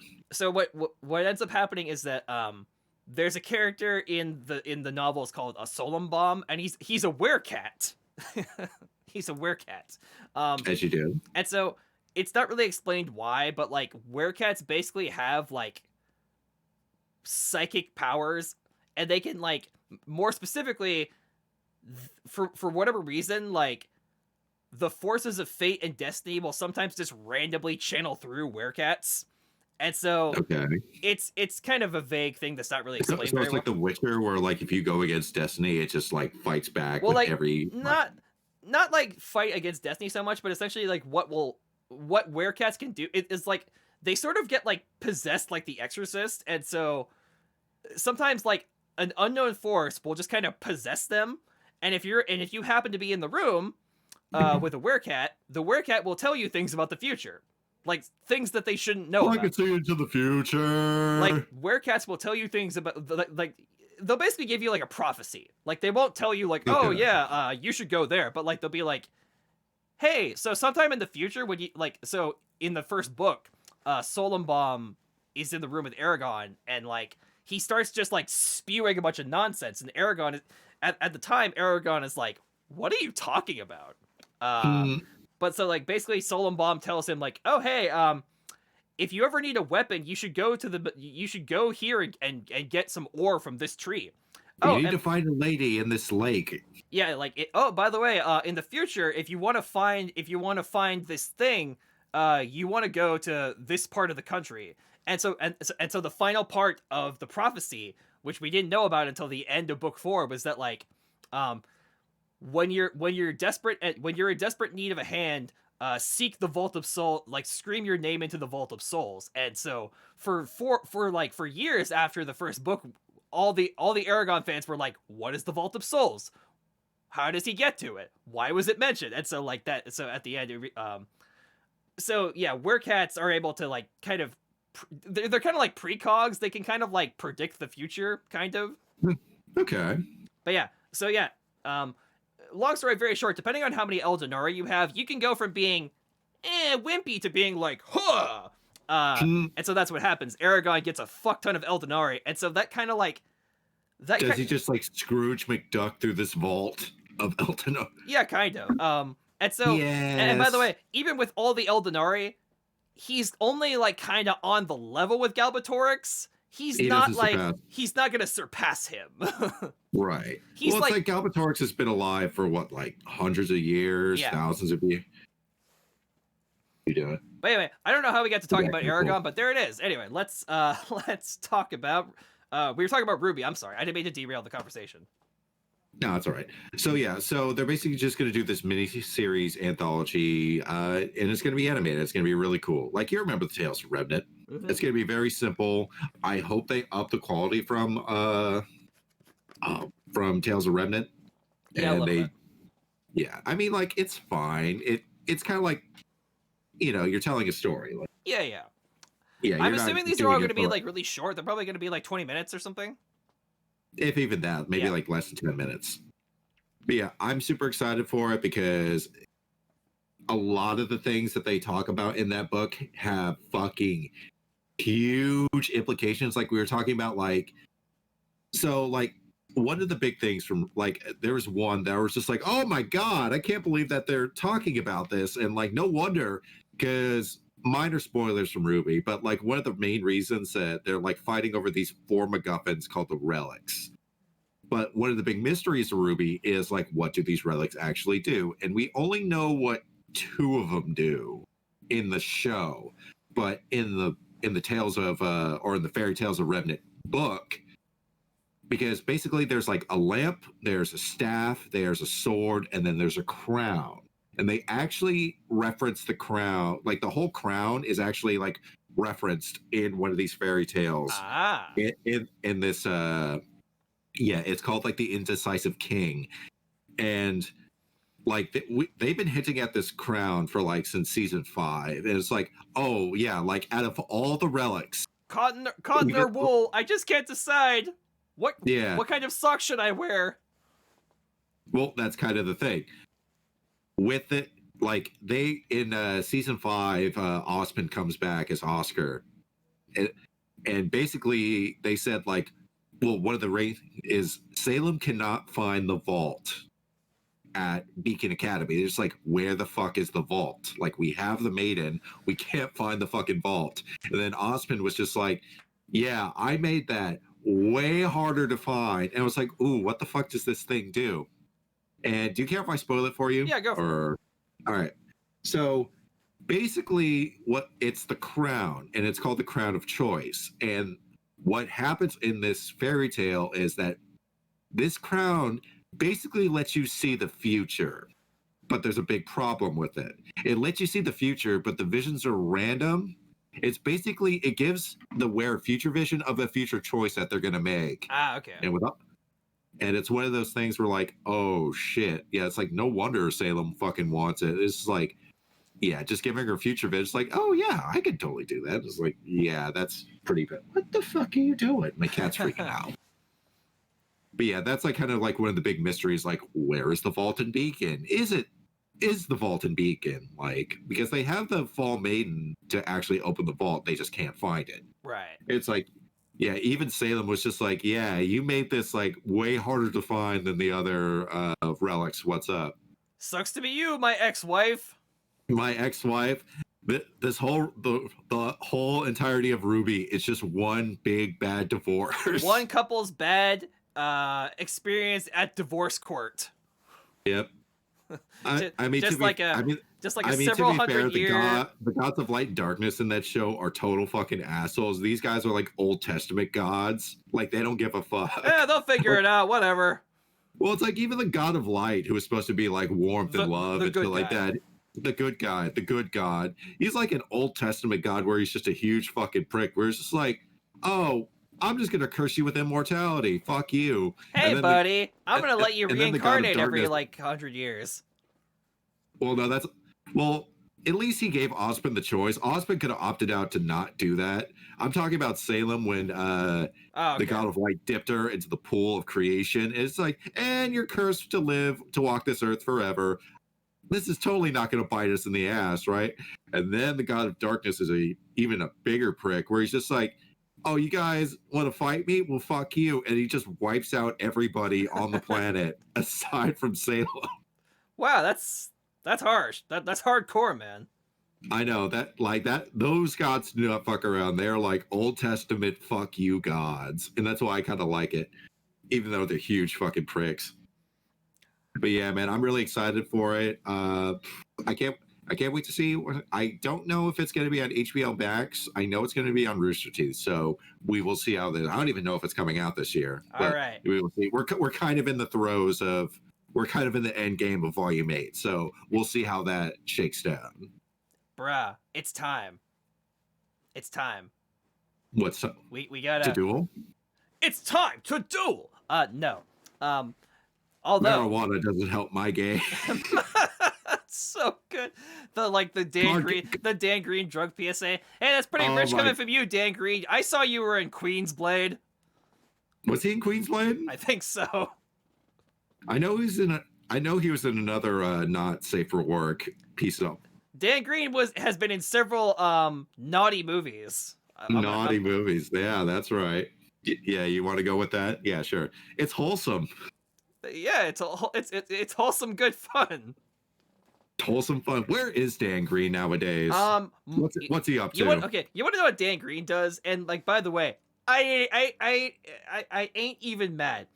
As far as I can tell, Dan Green's been doing voiceover work for other stuff, and basically every time that he shows up in public, it's usually at like a comic convention or like an anime convention, and like all he does is make convention appearances and be like, hey, remember that time I was in that show that defined your childhood? Yeah. And honestly, he kills it at these like event circuits. Yeah, he seems like he's a nice guy. He seems really cool. I hope it doesn't come out that he's like the devil or something. Speaking of which, it's time to talk about Butch Hartman. Hartman. Speaking of the devil, it's time. It's time to talk about our good buddy Butch. Our buddy Butch. Butchie is an average artist who no one likes or understands. His mom and dad probably were abusive, so he's going to flex on you. Doom and gloom. He'll listen to your commands. Doom and gloom up on his Twitter. He steals people's art, and he charges $200 for commissions. Because he is Butch Hartman. Butch Hartman. Butchie on Hartman. I don't know. I tried, you guys. Give me a couple hours. I'm sure. And you were living, and you were wishing you weren't him with Fairly Odd Butchman. Praise Jesus. Yeah. Great. Archman. So Butch is in the news recently because here. Yes, he is. Do you want to describe it while I queue up the tweet? All right. So one of his sources of income nowadays, because I don't think he has a show from Nickelodeon anymore. He's no longer part of Nick. Yeah. So what he's been doing to sort of make some income is doing $200 commissions. By the way, for anyone who doesn't know, could you briefly describe who Butch is and what he does? Butch Hartman is an animator and show creator, and his most claim to fame is Fairly Odd Parents is his number one. I honestly think that Danny Phantom is better. He also created Danny Phantom. Now that's an opinion. That is it is the right opinion. Anyway, so, you know what? Man, I can't even argue with you. It's like, okay. I think that Fairly Odd Parents is the better comedy show. I feel that Danny Phantom is the better like action superhero show. Well, it's complete. Right. Like it ended perfectly. But anyway, yeah, he was a very famous. He defined a lot of our childhoods. My childhood. However, it turns out that a couple years ago, I wouldn't say he got canceled, but it's one of those things where like new shit has come to light Cancel about culture him. doesn't exist. But anyway, yeah. I know, that's why I said it with an asterisk. Yeah, anyway. I know. But anyway, yeah, so one of his main sources of income nowadays is drawing commissions of characters in his style, but he charges like $200, and he got in trouble recently for basically stealing another person's art. I have just, like tracing over it. So I'm gonna go to the notepad. So Dick, you can't see it on my feed, but I have the tweet queued up. Okay. Yeah, I have it right. So somebody asked, as Nick was saying, Butch he does these really expensive commissions, and we don't have any like confirmation as to what the price is, but based on data that we've gathered from the internet, somebody has been on record saying that they paid $200 at one point for a commission. So we're gonna go ahead and assume these are like several $100s. Yeah. Okay. Very expensive. So somebody sent him a commission and said, "Hey, I want you to do a picture of Mikasa from Attack on Titan." He's like, okay. So this first image here is the image that Butch showed the internet. So he put this on his personal. Yeah, this was on his personal Twitter. He said, "Hey, Terrible. Mikasa Ackerman, this is my commission." Yeah. And then he linked to say, "Hey, if you want to commission me, click this link." Yeah. But then within hours, Mom, I want to get Mikasa. We have Mikasa at home. That's Mikasa at home. That's what this is. Most definitely. Oh, God. And so you know what? That's fine. Whatever. You might not like Butch's art style, but like, he's free to make his own commissions as long as he's doing it, as long as he's coming up with the character concepts. Yeah. However, within hours, it was basically revealed that this artist from Japan, whose name I cannot say, basically had... It's 028ton? Or that's the handle under it. I can't read the kanji. But anyway, so it was revealed within hours, basically, that... These edibles ate shit. That Butch's drawing was liberally inspired... Liberally inspired, figure quotes, off of this piece. And Fucking so cry. I'm Didn't gonna even try. yeah, it's like it's pretty. It's not like I want to It doesn't even look like his style. You could say like, oh well, if it differentiated itself a little bit and was like, oh well, hey, like the pose is different and the eyes are different and the hair is different. If the pose was different, if the pose was different and the eyes are different and all this stuff, but no, it's like it's pretty fucking blatant. It's a 1-for-1, but shittier. It's pretty fucking blatant that like clearly Butch went on Twitter, looked up the character, clicked on the first piece, looked up on Twitter. I wonder clicked on the first piece. Did he have to go into? How far did he have to go into Google image search? No. He just went to Twitter and was like, he typed in. It's literally on the first page of Google Images. Right. The first one that he did. It's like you lazy piece of shit. Like literally, this artist who yeah, like listen, I'm biased, but like I think she did a way better fucking job than Butch did. Well, obviously, yeah. Like clearly this person put the time and energy to do this art and do this commission, and then Butch it has actual depth and shading in it. And like listen, like art style is subjective, yada yada yada, but like I don't mind the art style so much. The art style is you can, that's fine. Honestly, I don't like it. I don't like it, but like I hate it. I hate it so much. It just I don't like it, but that's not relevant to. In my opinion, it shouldn't be relevant to the fact that like he stole this. Yeah, he stole it. Yeah. He stole this. Well, that's why I'm so pissed off. Yeah, he stole it, which is why I'm super pissed off. It'd be one thing if it was an original design, and then we could sit here and be like, oh yeah, I don't like it. It looks bad. But like none of that matters because he stole this. Yeah, he traced over it. This famous fucking animator who makes like probably not a lot of, but like he's like wealthier than the average person. Let's go ahead and say that. Yeah. Like if you charge $200 for art commissions, you're probably not like doing that badly. I don't know, man. How many other shows can you ask for like a $1,500 Christian? Oh yeah, the network, the thing that so one of the things. So I'm gonna cue back to our normal setup in a second here, but I wanted to show you guys on YouTube. I wanted to show you guys that like before, after. It's like it's pretty blatant. He stole this. Yeah, he stole it. He stole it. There is no ambiguity. There is no like, oh, maybe. There is no like, oh, I don't know, artist interpretation. He stole this. Yeah, he basically just traced over it. He stole this.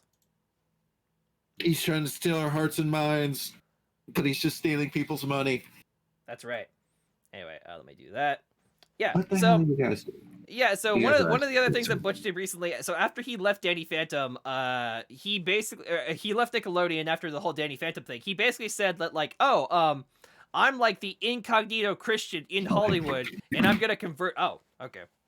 Something happening with the Oliver is on the loose.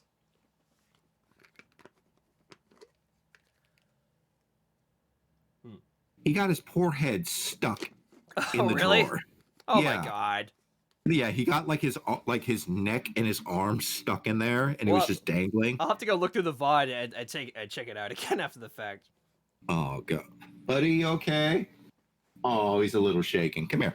But yeah, so one of the things that Butch did while Nick is figuring that whole situation out is after he left Nickelodeon, he basically started this like he tried to he did a Kickstarter for this like Christian streaming network or some shit, and he didn't get enough backers. Although I'm not gonna go into the whole thing now, but like if you listen to footage of him like asking for donations, dude, he is like desperate.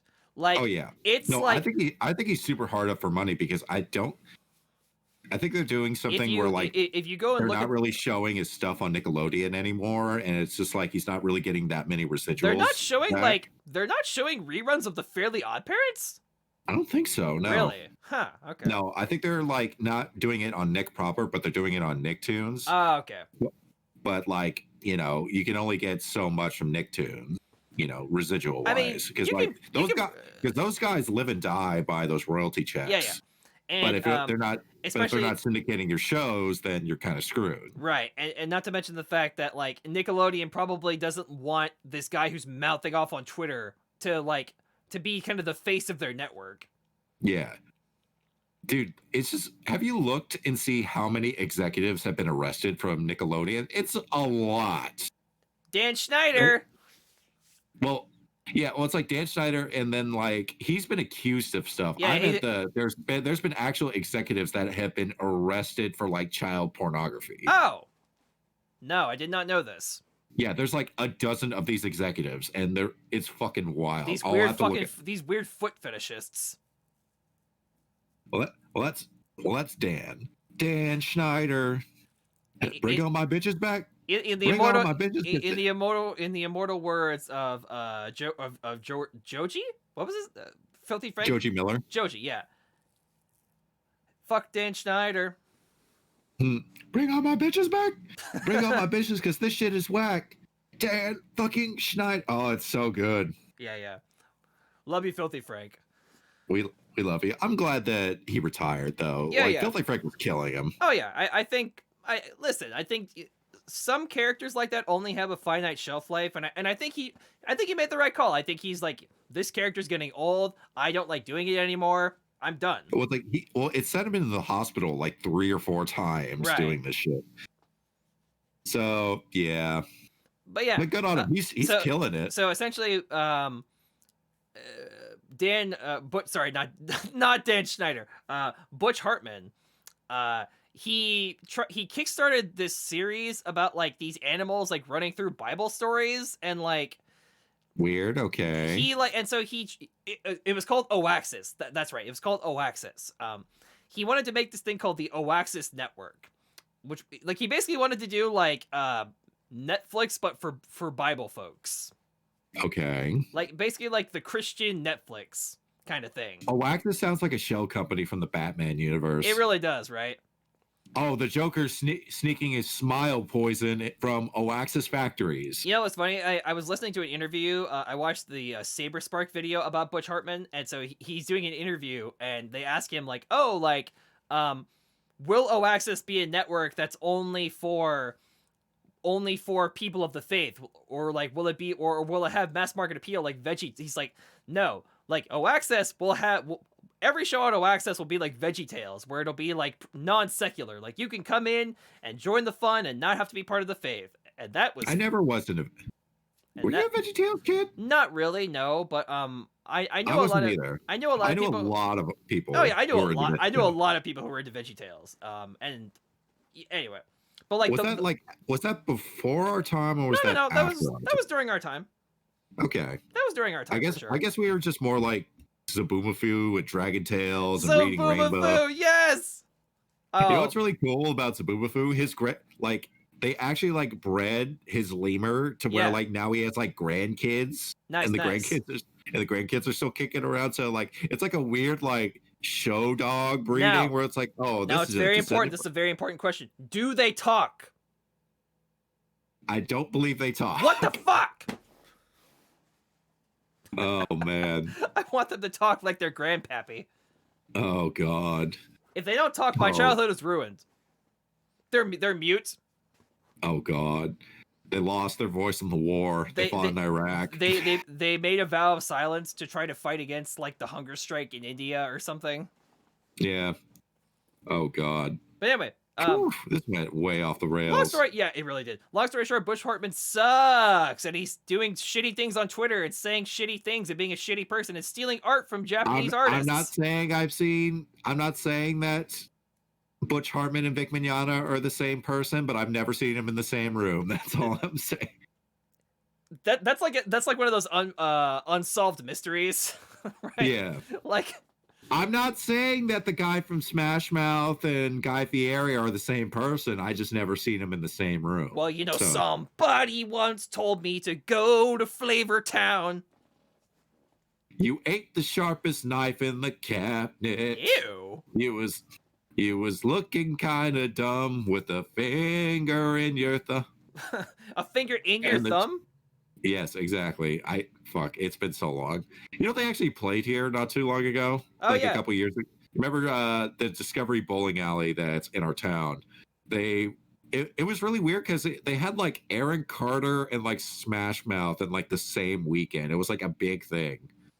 And they play at the our county fair all the fucking time. Not during COVID, they don't. But yeah, I get what you're saying. Oh, I know. I miss the fair so much. I don't miss what it does to my body because I feel like shit every single time. But yeah, god listen, damn, I love it.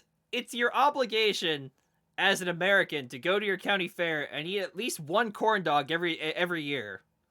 And that corn dog is probably like 1,000 calories. Oh yeah, definitely. What do you think is the most calorie packed thing? Deep fried Twinkie for sure. I haven't seen a deep fried Twinkie. I haven't seen deep fried Twinkie or Oreos in a while. Anyway, I think I kind of. Shall we? Did you have any last minute stuff to say about Butch What's Face? Heart man, no, he's just a piece of shit's a piece of shit, my friend. Like, hey, he's a thief too, which I can't stand. Hey, Butch Hartman, you should read the rules on how original art works. Why don't you make yourself like a phantom and just sort of disappear? Oh, there you go.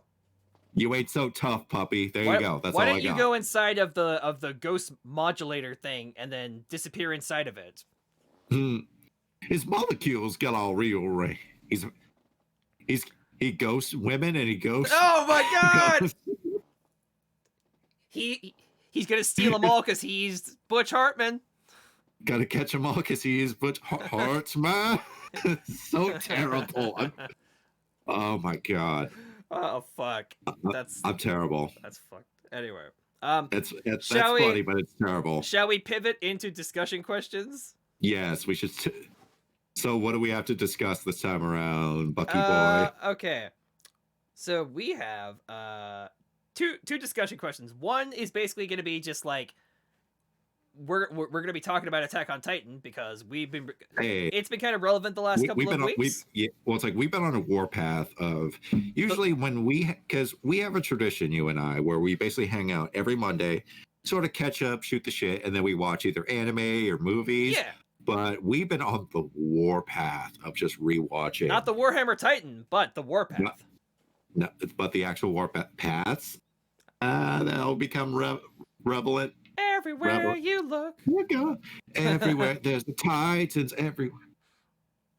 Hang on 1 second. What? While Nick is preoccupied.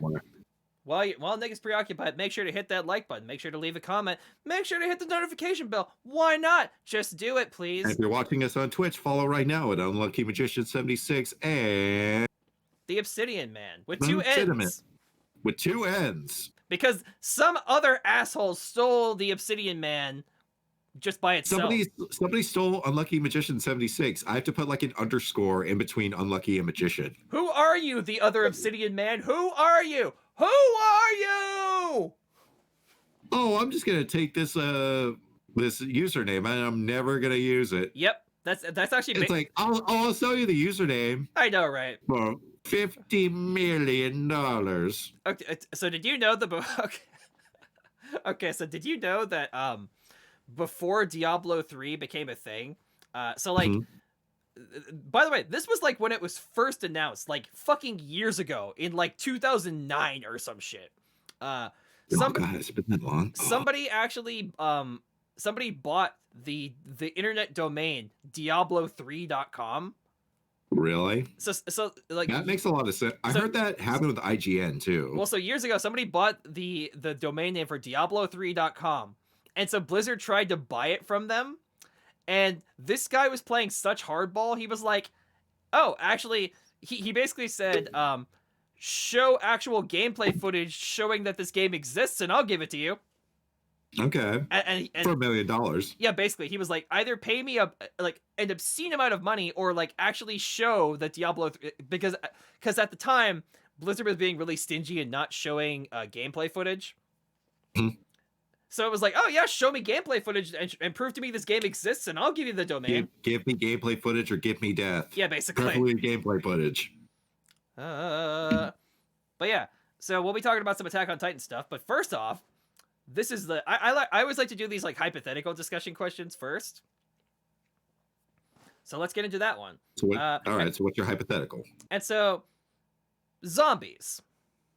Okay. Zombies, as some people Don't might say that. The what? The Z word.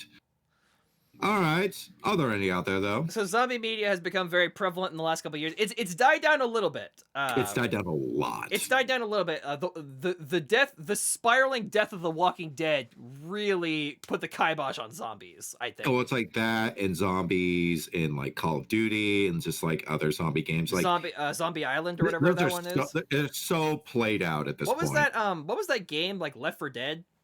Yeah, Left 4 Dead. Yeah, stuff like that. It's still a good game. Yeah, for sure. Although Left 4 Dead came kind of before the whole Walking Dead thing. It came out like quite a few years before. What is that? So before Left 4 Dead, what was that other game? It's like Zombie Island, or like the premise is that you're on an island. It's called like Dead Island. Dead Island. There you go. There's Dead Island. There's Dead Rising. All those came out way before the zombie craze happened. Right. So my question is, zombies. What about them? Oh, let me tell you. Let me tell you. I don't know why I said that. Anyway. So let me tell you. Let me tell you something, brother. Here is the discussion question. We always talk about the zombie apocalypse and the outbreak of the zombie apocalypse. And my question to you this week is, what is your strategy? What is Nick's strategy? Real life you, like you as a real life you. What is your strategy for a zombie apocalypse if an outbreak happens? Are we talking like Are we talking about like what would realistically happen in our world? Yeah. What would you do? What would be your game plan? What would you do if like, oh shit, zombies? Honestly, I would just stay put, because here's the thing. I feel like we live in America. There's so many fucking guns and ammunition. I feel like unless if people are really stupid, which they are, but like there's so much guns and ammunition in private hands and like militias. Like I know people, like the second a zombie outbreak gets up, they're gonna kill them regardless. Like people are already trigger happy enough as is. I don't think having unless if it's like airborne, and if it's like The Walking Dead where like the second you actually die, even from natural causes, you turn into a zombie. I don't think it would be that much of a problem. I think the best thing to do is to stay put and like just not leave the house. But if say like, oh, they're knocking on the door, I have to go. Like let's say that your entire neighborhood is just like a caravan of zombies, and you got to get the fuck out. Okay, so I have two possibilities. Yeah.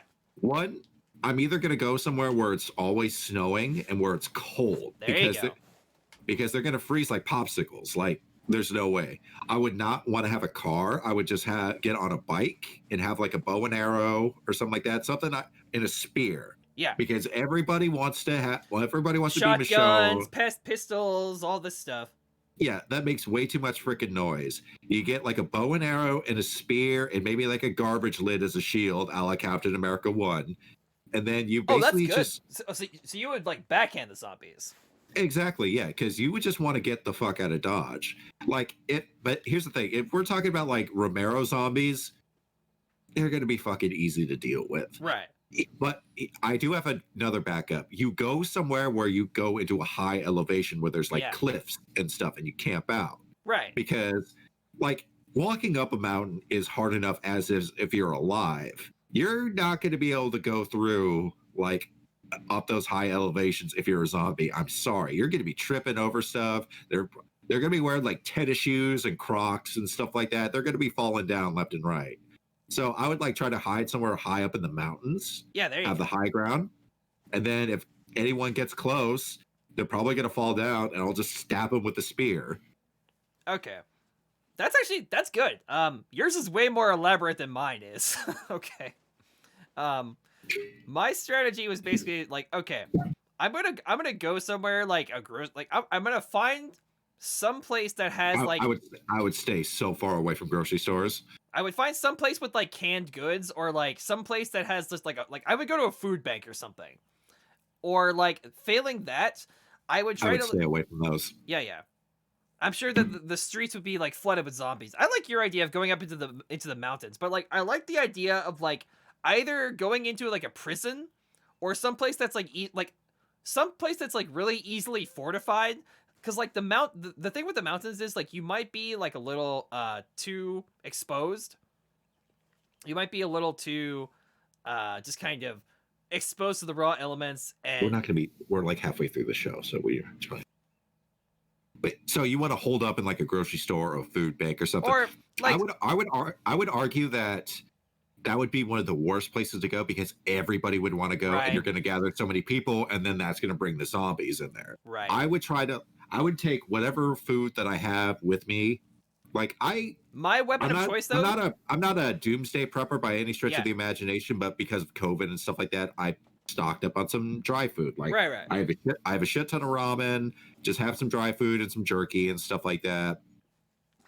And just try to keep it around the house. I think you would get like what I would do is you were talking about weapons earlier, right? I'm with you. I think that guns are way too noisy, and machetes, like, you're not gonna like. you have to get so close. So you have to think about what your weapons actually like. What do you want your weapons to do, right? So when Yeah. you have a sword or a knife, the purpose of a knife is to cut something, whether that be like someone's flesh or somewhat, or what. Like, yeah, cutting a zombie is not gonna do anything. You want a blunt instrument. So for me, Well, it's like I'm going more for distance. I don't want to Right. get anywhere close to that thing. That's why I'm going to have like a 6-foot pole. right. He's not going to get me from 6 feet away, not unless if he has like Mr. Fantastic arms and stuff like that. Like And what I plus, would do just is stab him in the fucking neck or I- the head. They drop down, and I could reuse it. Yeah. My weapon of choice though, baseball bat. I know that they kind of already did this in The Walking Dead, but like, no, that Get a fucking click at that. that fucking crazy guy, that's a good idea. Like, and by the way, but I don't want a wooden bat. Fuck that. I want aluminum bat. Oh, you want to be like the dude from the Raid 2 That shit with is the hoodie? that shit is. Listen, like a wooden bat can get chipped, it can get crushed, it can get splintered, it can get fucked up. No, you get aluminum bat. You hit a motherfucker in, like, so when you're fighting zombies, you want to hit him in the head, obviously, right? Yeah. If you hit a motherfucker in the Remove head, the head or destroy the if you brain. hit a motherfucker in the head with an aluminum bat, they're fucking done. Like, see, yeah. When you cut someone, like, you can cut a zombie's head off, but again, that's way too close. I would argue that like it's kind of in the same vein as like a sword with the bat. I'm going for like maximum distance. Have you seen? Like Dude, I don't want. Have you seen those baseball players when they swing a bat? Like, it extends their arm. It is pretty far. Yeah. No, I'm saying that's a really good idea. I would have that as like a sidearm, so to speak. But my weapon is always the spear. Right. I would either want like a it would be Hello, so. Hello, Mr. Ferret. We're currently talking about how we would survive a zombie apocalypse. It's Mr. Ferret. Welcome. Hello, welcome. Welcome, Mr. Yeah, Ferret. I would. Yeah, that's. Yeah, I would either want. I would either want something like a pole arm or like I don't know where I would find one, but like a halberd because you can have like the axe and you could stab them. Where at would the you same find time. a halberd? I don't know. I'd go to like the I don't museum. know. You'd go to the museum. Well, it's like either I would like get an axe and then like duct tape a 2x4 or like a pole or something like that to it and then use that. It would get very quick. But yeah, I'm just going for like I don't want to get and I like the bat to get a, I like your approach though. Stay the fuck away from me. I would like take a yeah, stop. exactly. You know what I would That's do? why like everybody like romanticizes like axes and like swords. Like Right. swords is the big one where it's like, oh, my sword will cut through anything. I'm gonna cut it. Honestly, like if you're going by like historical like win rate and stuff like that, if Yeah. you just have a spear, like you're good. That's why knights were so feared. Like it wasn't their suit of armor, it was their horseback and their spears. Like stabbing a guy on horseback, like From like 5 feet away, you have he's this- not going to get any. you have this bladed metal, and like honestly, that when when you study medieval Europe, people who would participate in jousting tournaments, they would die on the regular because you're Oh yeah, basically they would get their head kicked when in. you have a guy, even if you're wearing a suit of armor, right, and a fucking guy comes at you with like a sharpened spear tip or like Yeah. a lance, and like Yeah. if they're running, if their horse is going like 40 miles, if you get stabbed with a fucking piece of metal at 40 miles an hour, I don't care what Yeah. armor you're wearing. You're done. Like, Yeah. you're fucked. Well, it's like you ever see like those jousting tournaments where like the lance basically just like disintegrates into a cloud of splinters? And Yeah. It's just like I'm sure like the soft and especially rotten since it's like, flesh of a zombie is going to be like so easy. Oh, yeah. You would probably not need that much effort. It'd just be like poking a hole in a chicken breast or yeah, something. basically, right. It's just like whoop. So you But would yeah, go I'm for gonna- you know what I would get? You know What? those like Olympic javelins? yeah, That's that'd be what- a good idea. Yeah, just go to a sporting goods store. I wouldn't want to throw it because I wouldn't want to keep it because I don't want to throw it into a crowd. Well, no, like but I would just but like the zombie is like 10 feet away. You throw it. Oh shit, the zombie. Then you pull it back out. yeah. No, I wouldn't want to do that. I would because that's the thing though. It's like I don't want to let go of the weapon. Oh, I fair- want to fair have enough. full control of it, and I can do calculated strikes. Because what was the last? How accurately can you throw a javelin? Well, I don't know. I sure in should- the zombie apocalypse, I could gain untold. Maybe it's like my hidden talent that I never knew that I had. Javelin throwing. No, Maybe start throwing some trash balls and waste baskets to try Right. to improve your hand-eye coordination. That's right. Because you have glasses too. It's just like Yeah, see, You're right. that's the thing. In the zombie apocalypse, anyone who relies on medication or has glasses, you're fucked. yeah. You're just fucked. Not unless because if you somehow manage to fit like a prescription and you put it in like welding goggles or something, Right. or like a face shield. Because I would have like a welder's mask and a spear, and Yeah, that's like, really about I it. would. Yeah. Why do people not do this in the zombie apocalypse? If you're in a zombie apocalypse situation, get a suit of armor, like something. No, you don't even need a suit of armor. You can actually be a cheap bastard. You can get phone books. Yeah, like And just like roll some phone books over it, or like on your forearms, and like you just keep your joint free, and then like the zombie can't bite through a fucking Yeah. phone book, and it's dirt fucking cheap and I too. know it's easier said than done, or but like that or like hockey equipment, like hockey or football equipment would be really good in that because you can get some move around. get some hockey pads. Like, why do people go into the zombie apocalypse with a fucking t-shirt on? Well, that's all they have. That's before they go to the store, and then they have the Right. altercation with everybody in there. I'm just going like, if I had to make shit right now, I would like try to like, it would be hot as hell, but I would wear like so many layers Oh, of yeah. clothes Of right jackets and now. stuff, yeah. Yeah, I would look like the fucking kid from A Christmas Story. But yeah, like just get like some phone books and some duct tape and just put them on your arms and stuff like that. And like that's a really cheap suit of armor, and you can make that within like a couple minutes. Right. But I wouldn't want to put stuff on my legs because I don't want my legs to get weighed down. Yeah. So that way I could just run away. But yeah, just like have like some hockey pads, Get something on your arms and chest. something. Yeah, your arms and chest, and wear a helmet. Yeah. Wear the stupid helmet, Kelso, That's or wear a welding mask or something. The idiot helmet, yeah. Yeah, and then you then you like sort of like sidearm your like aluminum bat. Then you have like a sports javelin and stuff like that. You're basically like, what the hell is that dude from Young Justice? Like Sportsmaster, or whatever the hell Oh he's yeah, called. You're his name is Sportsmaster. Yeah, you would basically just be Sportsmaster in the zombie apocalypse, and you would probably live because you can reuse your shit. You're very far away, and yeah, like you're not going to make a lot of noise too, because I'm sure. But then again, our arguments go completely out of the fucking window if we're dealing with like 28 days later, like raid I zombies think and stuff like that. Let's set a standard. Let's just say for the sake of argument that these are Walking Dead type zombies. Okay, so like the Romero's slow zombies. Well, some of them can be kind of aggressive. There's kind of like mutated zombies that are like a little fast, but like nothing. Yeah. They can't sprint. Yeah, exactly. Like you could just like, oh shit, Yeah. and just like kind of like power walk away from them.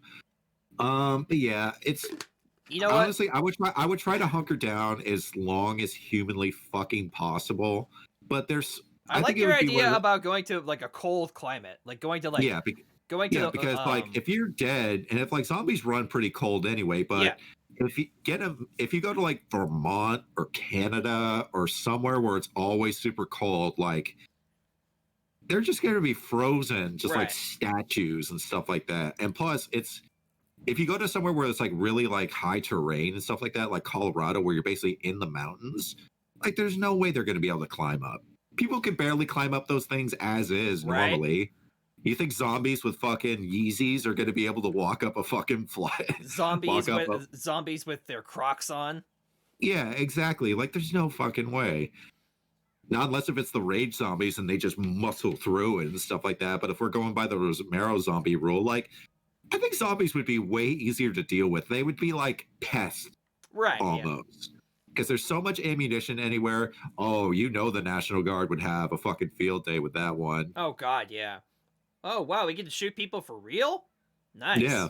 Not just those otaku kids that try to raid Area 51. We can actually shoot people. Yeah. Wow, this guy's Did you- wow. did you this know- guy who actually said he studied the blade actually studied the blade. Did you know that so there's the whole situation with the Naruto running to Area 51. So like when that first came out, the guy who made that post on Facebook, he did it as a joke, right? Yeah. And so he was like, "Hey, if we all get together in Area 51, they won't be able to catch us if we all run at the same time."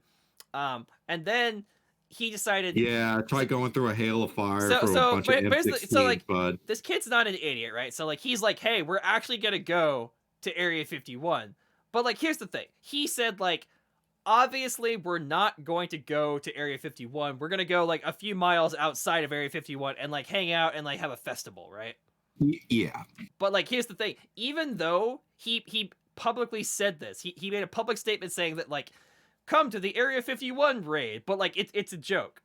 He made a public It's a statement. joke, bro. Did you know that like the fucking FBI like sent him a letter that basically read as, if you or anyone you associate with in this event actually try to steal government secrets, we will shoot you down undiscriminately.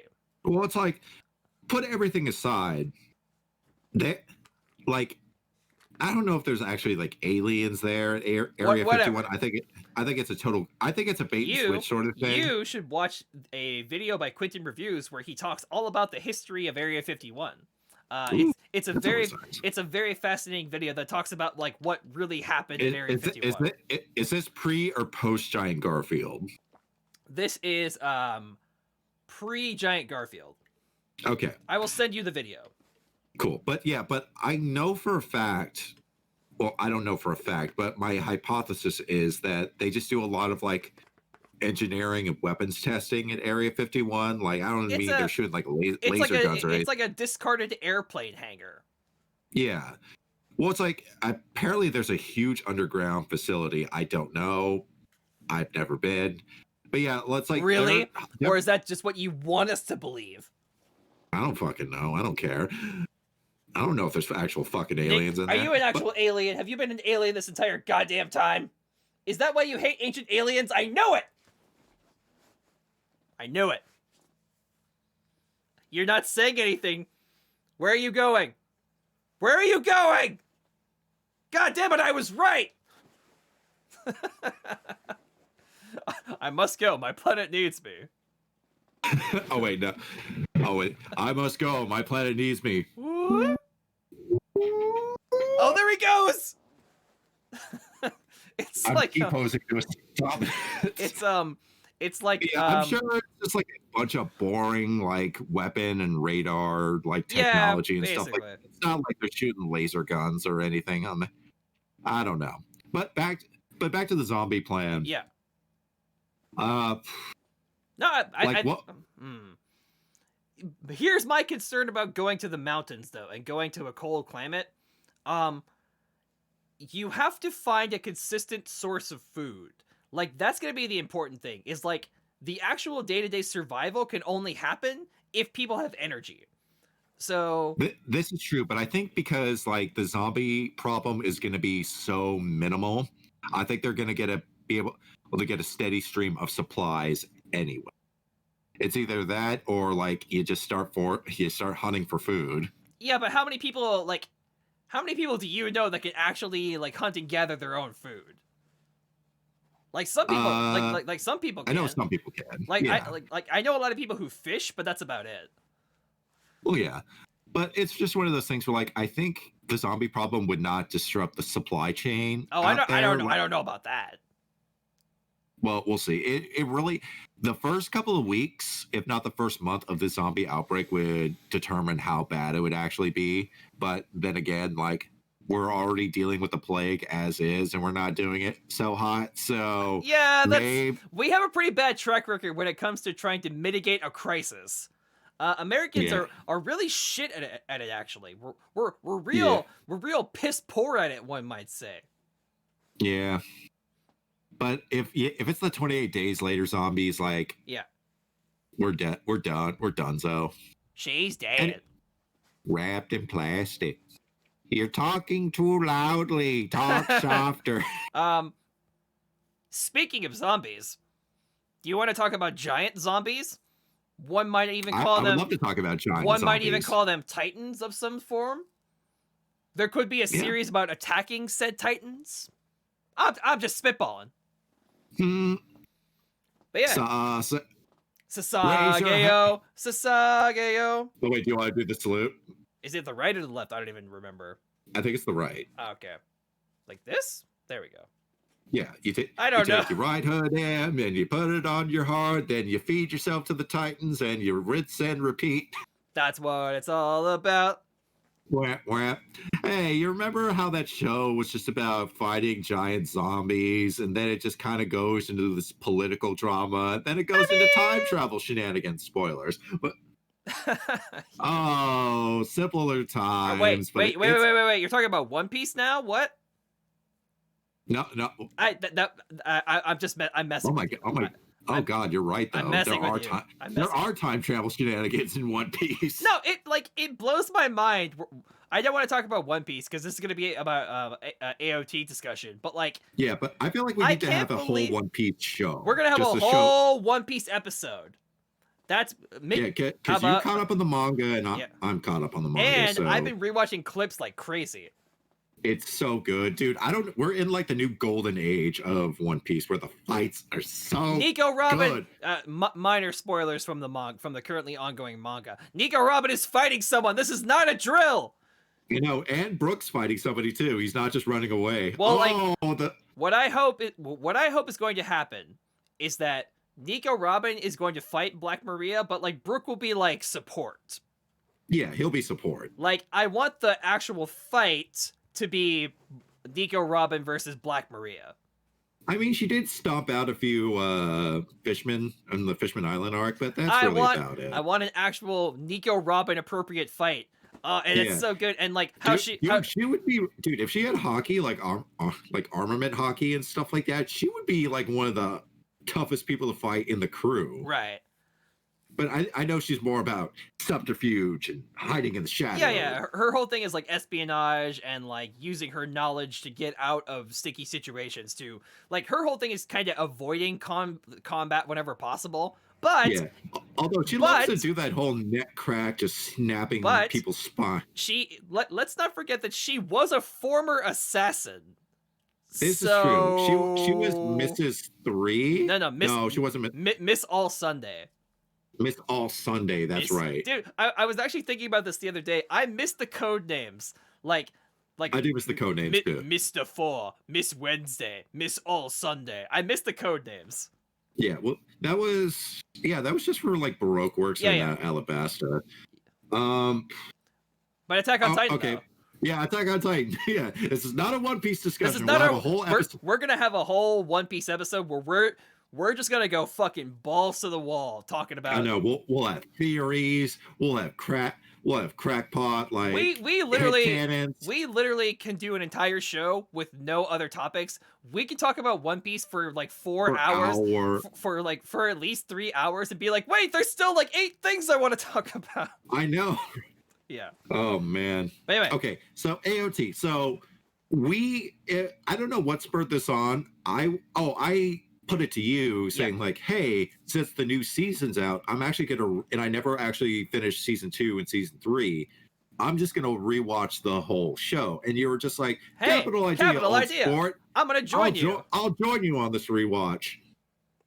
And so far, like, it makes upon the second rewatch, it makes me appreciate the show and the series so By much the way, more. before anything, we are going to Oh, go full. spoilers. Yeah, we're gonna go We're full gonna, balls to the we are walls. gonna spoil the shit out of this. So like, if you haven't gotten around to reading it and you haven't gotten around to watching at least the first 2-3 seasons, Yeah, we're gonna drop some knowledge bombs on you that you're not gonna be able to unhear. yeah. So I already kind of spoiled it at the top of this. So keep that in mind. Yeah, so Dead Men Tell no spoilers. Yeah, exactly. Anyway, please. So- But yeah, so the Yeah, newest. so the newest season is in full swing. Everybody is there's like two different camps. There's the I love it, this is the best the show's ever been, and this is like this is terrible. We're Studio Wit. Was it Wit or Mappa? Or is Mappa the new studio? Mappa's the new studio. Wit was the previous studio. Yeah. Didn't Wit do Dragon Maid too? Yeah, I believe so. Okay. And they did. But They honestly did a fine job, except for some questionable CG with the Colossal Titan. Yeah, it was like it was fully drawn in like the first season. By the and way, then it switched over to 3D. I am definitely on team. This is the best the show has ever been. You guys are a bunch of fucking babies, camp. Yeah, it's one of those things. You where guys it's are like, a bunch of babies and children.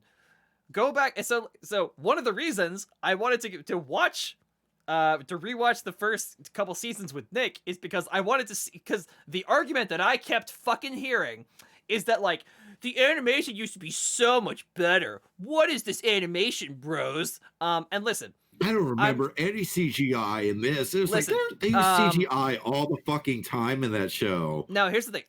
I'm not here to tell you that the animation on season 1 is bad. I'm not here to tell you that. I am here to tell you, however, that like there's some questionable shit pretty consistently. Like, Yeah. It's not even just with the 3D, it's with like the in-between animations. the in-between images are like One Piece here's the level. Yeah, like what happens is like if it's like kind of close like this, like look at my camera, if like it's pretty decently drawn, it's pretty decently rendered, like it looks really good. It's when they're like super far away and they just kind of look like I wouldn't say they look like stick figures, but they Faces look like squiggles.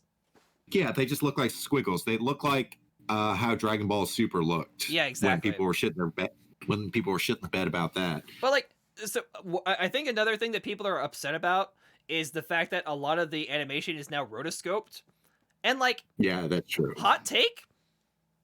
It looks fine. Not only does it look fine, I actually think it looks way better. Like the animation is way more fluid and way more consistent. Like it looks way better, and I don't get these crybabies who are like, the animation is so much worse. Oh, this is so bad. Like, go back and really, honest to God, go back and rewatch Attack on Titan season 1, and tell me that the animation and the fucking outlines it's not flawless. The That's outlines, for damn sure.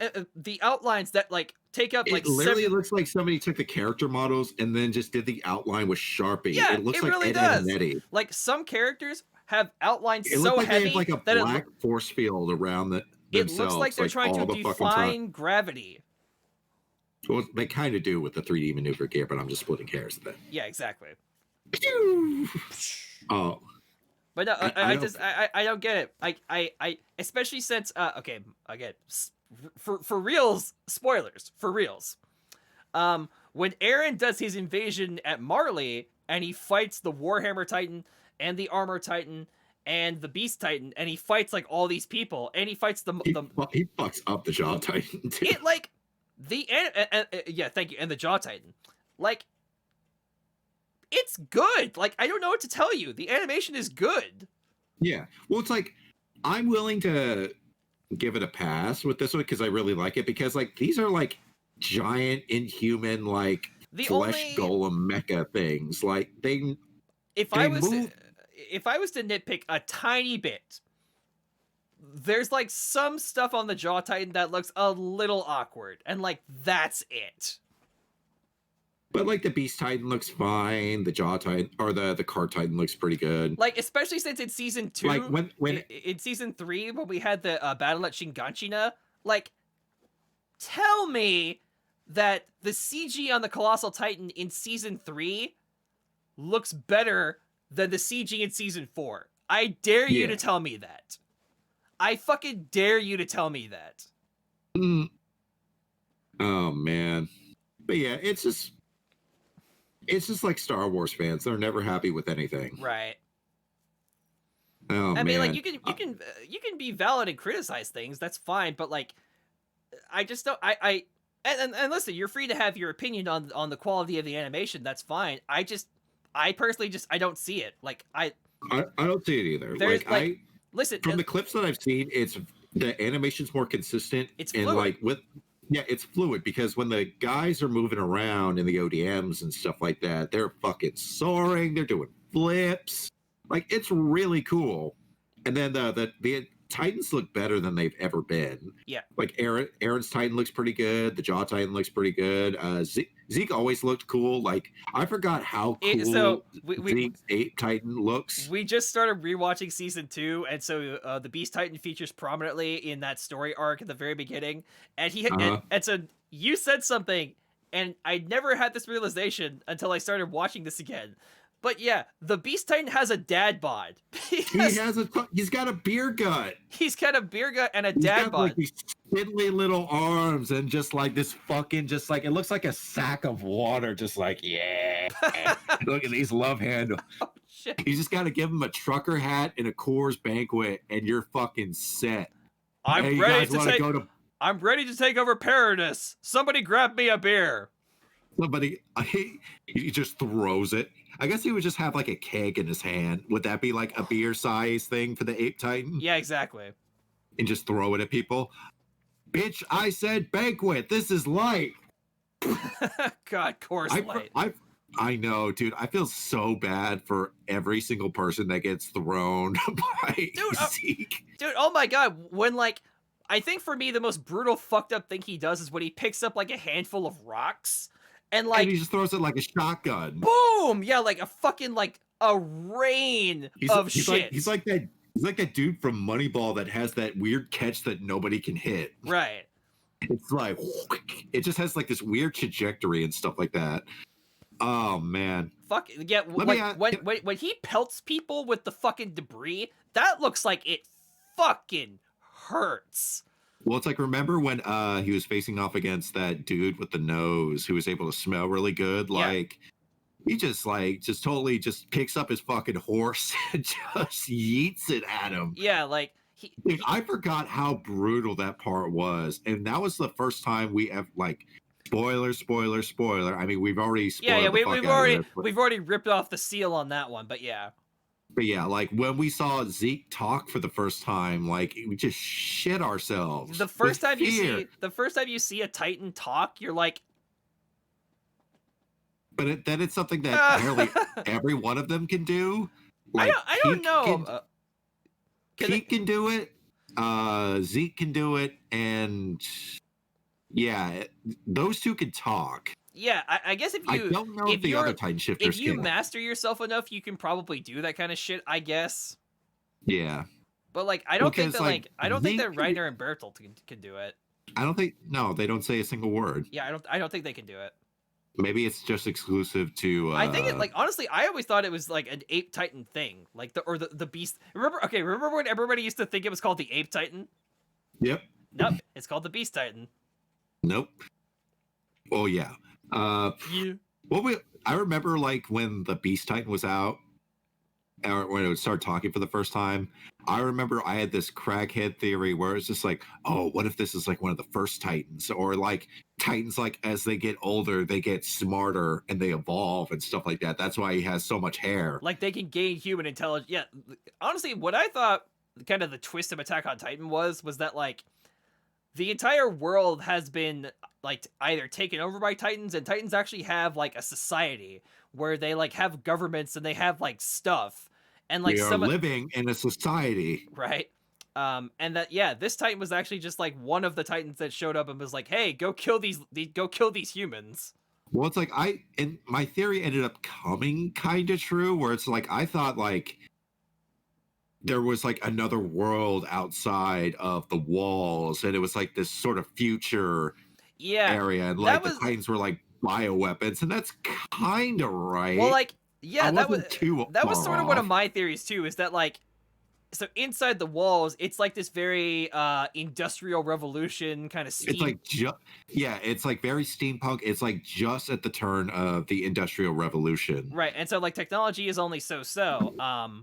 But yeah, I was under the impression that once you go outside the walls, like everybody on the planet, like so what ends up happening is that like people outside of the walls are like moderately more advanced than the people in the walls. We're like in the World War II era Yeah, of technology. Like, people have like blimps and stuff, and they have battleships. Yeah, it's like World War II basically. Like they have radios.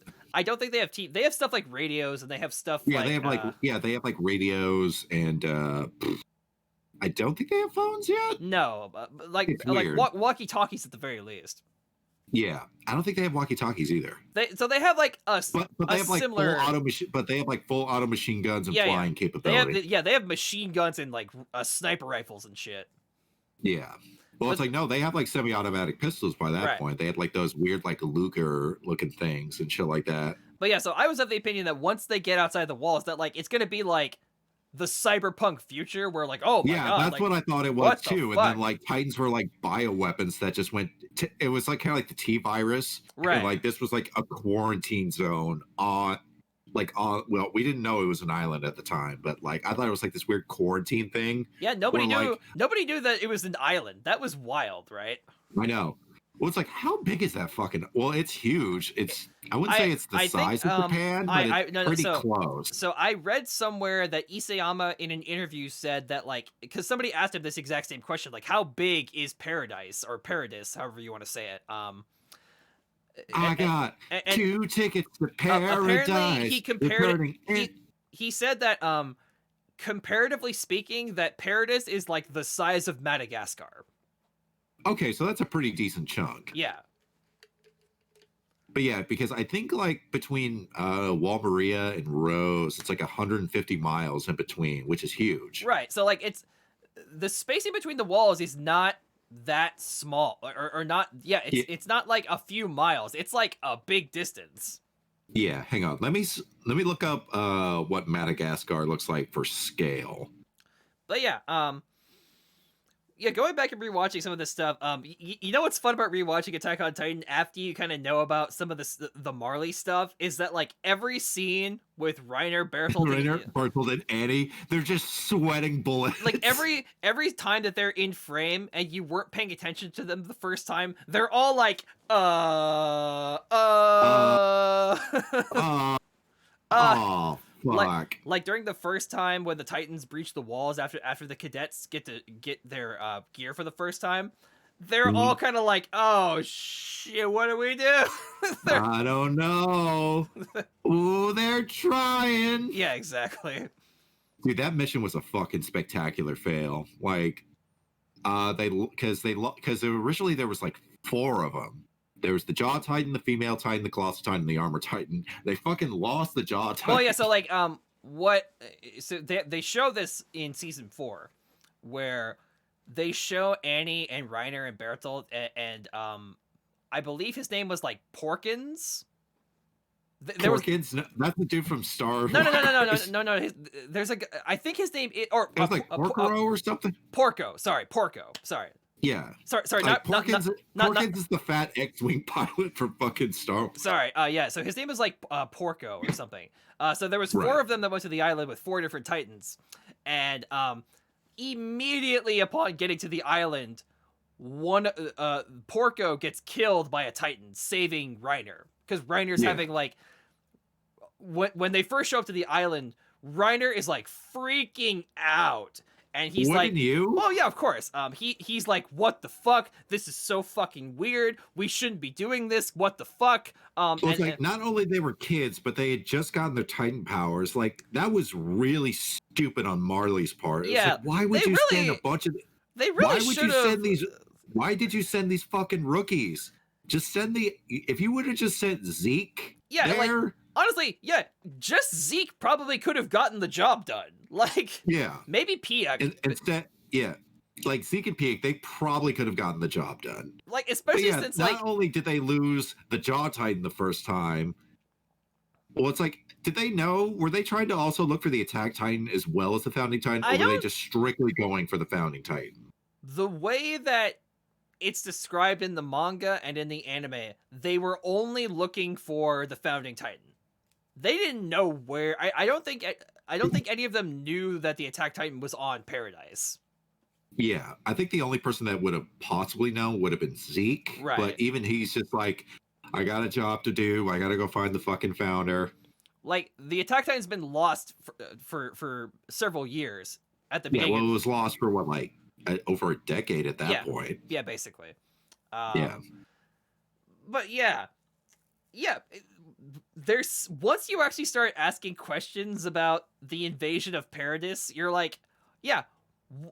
And like, I know that Reiner and Bertolt and Annie were all trained to be warriors for their entire, like, they were trained in the art of espionage and like hand-to-hand combat and like all this stuff, but like, why would you take these 4 kids who your nation has spent countless years cultivating these kids to be the ultimate weapons? Here, you have your Titan power. Now go use it. Wait, what? Yeah. I've never transformed before. Like they had only transformed like a couple times up till that point. Yeah. Well, it's like, if I were Marley, and it's just like, we need to get the Founding Titan like now. Like, they had blimps. Yeah. Like, and it's not like they could go it's not like the ODM, they had no idea. Well, they did have no idea. So that there the ODM is an actual reason for this that is explained in the anime and in the manga. Okay. So essentially, the reason that they had to send so there is actually a reason why they couldn't send Zeke also. And so that main reason is like at the beginning of the series, Marley is basically like They were like an all-out war. yeah, so right? like Marley was basically like the United Kingdom in the age of colonialism. They were at war with everybody. They were at war with like Asia and North America and India. Not Asia and not North America. Yeah, like, and so like essentially Marley was on the fucking warpath, and so they were afraid that like if we take all of our forces and go attack Paradis, all the other armies of the world are going to come and just completely cave our shit in. I know, but like you send almost more than 50% of your fighting force in this espionage mission. It's like, I know like getting the Founding Titan was super important to Marley, but like, holy shit, like sending like almost like these whole 4 kids is nuclear, like, all right, listen. these 4 teenagers with attitude. Listen, you guys are going to go and run past that field of big naked titans that want to kill you. And by the way, the only desire they have is to eat specifically you guys because that's what they're trained to do. Yeah. So you have to run across this field of these big giant flesh zombies that want to kill you. Then you need to They bust should some... at least get. Well, it's like they put these fucking kids on foot. Yeah. At least give them like some horses or something. I think that Like- did they do that? I don't remember, but yeah, they had to. No, they were on foot. They had to book that shit on foot. Yeah, that's so fucking stupid. Just give them some fucking horses and then just run. I mean, you can outrun. The horses. I think that they thought that like, oh, like Reiner can transform and carry you guys on his back was probably their thought process. Or just have Bertolt just do it. He could probably do it in what? Well, I mean, like he would kill them. I think if Bertolt transformed, he would kind of give away their give position. up the element of surprise. Yeah. But they had no idea that, like, maybe just run like a couple miles away. Bertolt takes 2 steps. It's like, okay, guys, we're running over to fucking Right. we're running to the walls. Did they know that the walls were up Yeah, I at think that so. point? I think that they told them like, hey, there's gonna be these like. I think they were briefed and it's like, hey, there's these walls and you got to get in them, and like the king is in the center of the walls. You got to go there. And Right. to Annie's credit, she is the only one during her time on Paradis who was like legitimately trying to like get and find King Fritz. Because Reiner and I Bertolt... know. Well, it's just like it's like I think they were like trying to get. It's like, oh shit, we either need to get the Attack Titan back, or just like try to like sway Eren to the dark side, so to speak. Oh, maybe. you know. Oh, sure. It's like, look, this is what's happening right now. Do you want to join us? Join me and we'll rule the world as Titan. But yeah, I think, although, like, man, we were watching the Annie versus Levi fight, and then Annie So had good. Levi, how have we done this entire Attack on Titan conversation and not brought up Levi a single time? because Attack on Titan is that good, and like there's good hype characters to spread around. Levi is such a fucking king. I love that guy. He's a literal short king. He's just like, you dropped this king. I know, right? He is literally like kicking the shit out of the Jaeger family. Is like in his DNA. That's his one occupation. Is kicking the shit out of the Jaegers. Yeah, like he either just fucking just bodies Eren, or he just has Levi won every single fight against the Ape Titan? I think he has. And so it's really frustrating because the first time that they fought, he fucks up the Beast Titan, but the reason that Zeke gets away is because Piek is there. Was that actually Piek? Yeah, that was Piek. She's there. Oh. She doesn't fight alongside Reiner and Bertolt and Zeke, but she's there. Oh, that's right. She's there the one who has all the fucking barrels and shit. She's there during the Battle of Trust. Oh, okay. So that was her. Or excuse me. Shinganshina. Sorry. Yeah.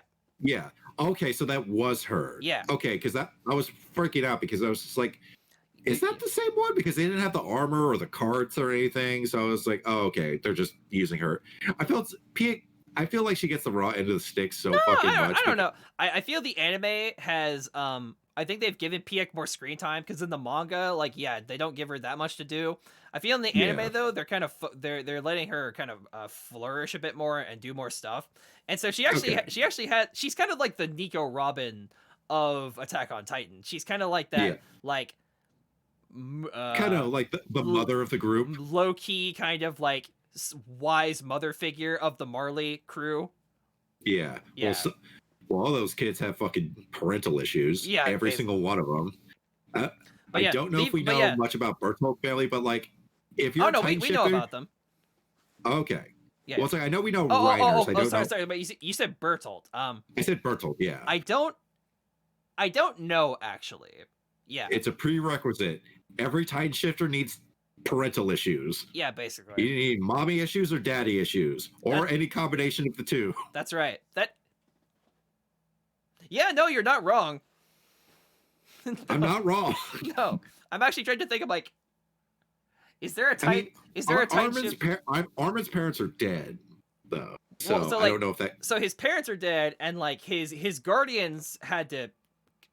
They died in the purge. Yeah, they had to. culling. They basically had to they were forced to commit suicide. Yeah, basically. That was fucked. Yeah. There's so many weird little plot points that I totally forgot about rewatching it. And I'm just like, oh my God. God, they had to kill like 150,000 people. Like, oh, it was more than that. It was like 250,000 people. Yeah, it was a lot of that's a lot of dead bodies. All right, we are approaching the 3-hour mark. So, do you want to wrap up this conversation and wrap up the show? Yeah. So make sure to follow us on Twitch at UnluckyMagician76 and The Obsidian Man. You can also check us out on YouTube.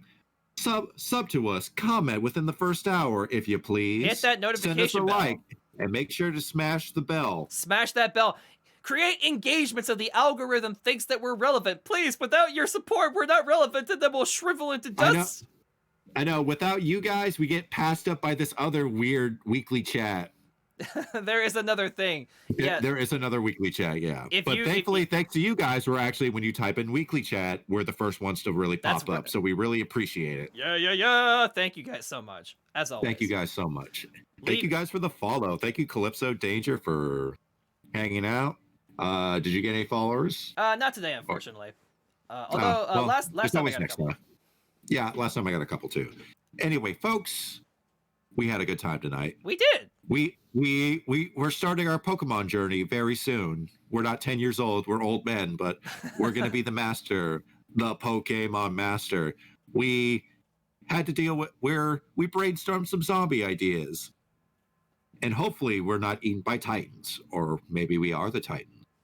Maybe the monsters that are in our bed have been right next to us all along. Maybe the monsters were inside each of us this entire time. Exactly. Good night, folks. A ding, a ding, a ding, ding, ding. Ba-da-ba, everybody. ba-da-ba-da-ba, ba-da-ba-da-ba, ba-da-ba. Wah.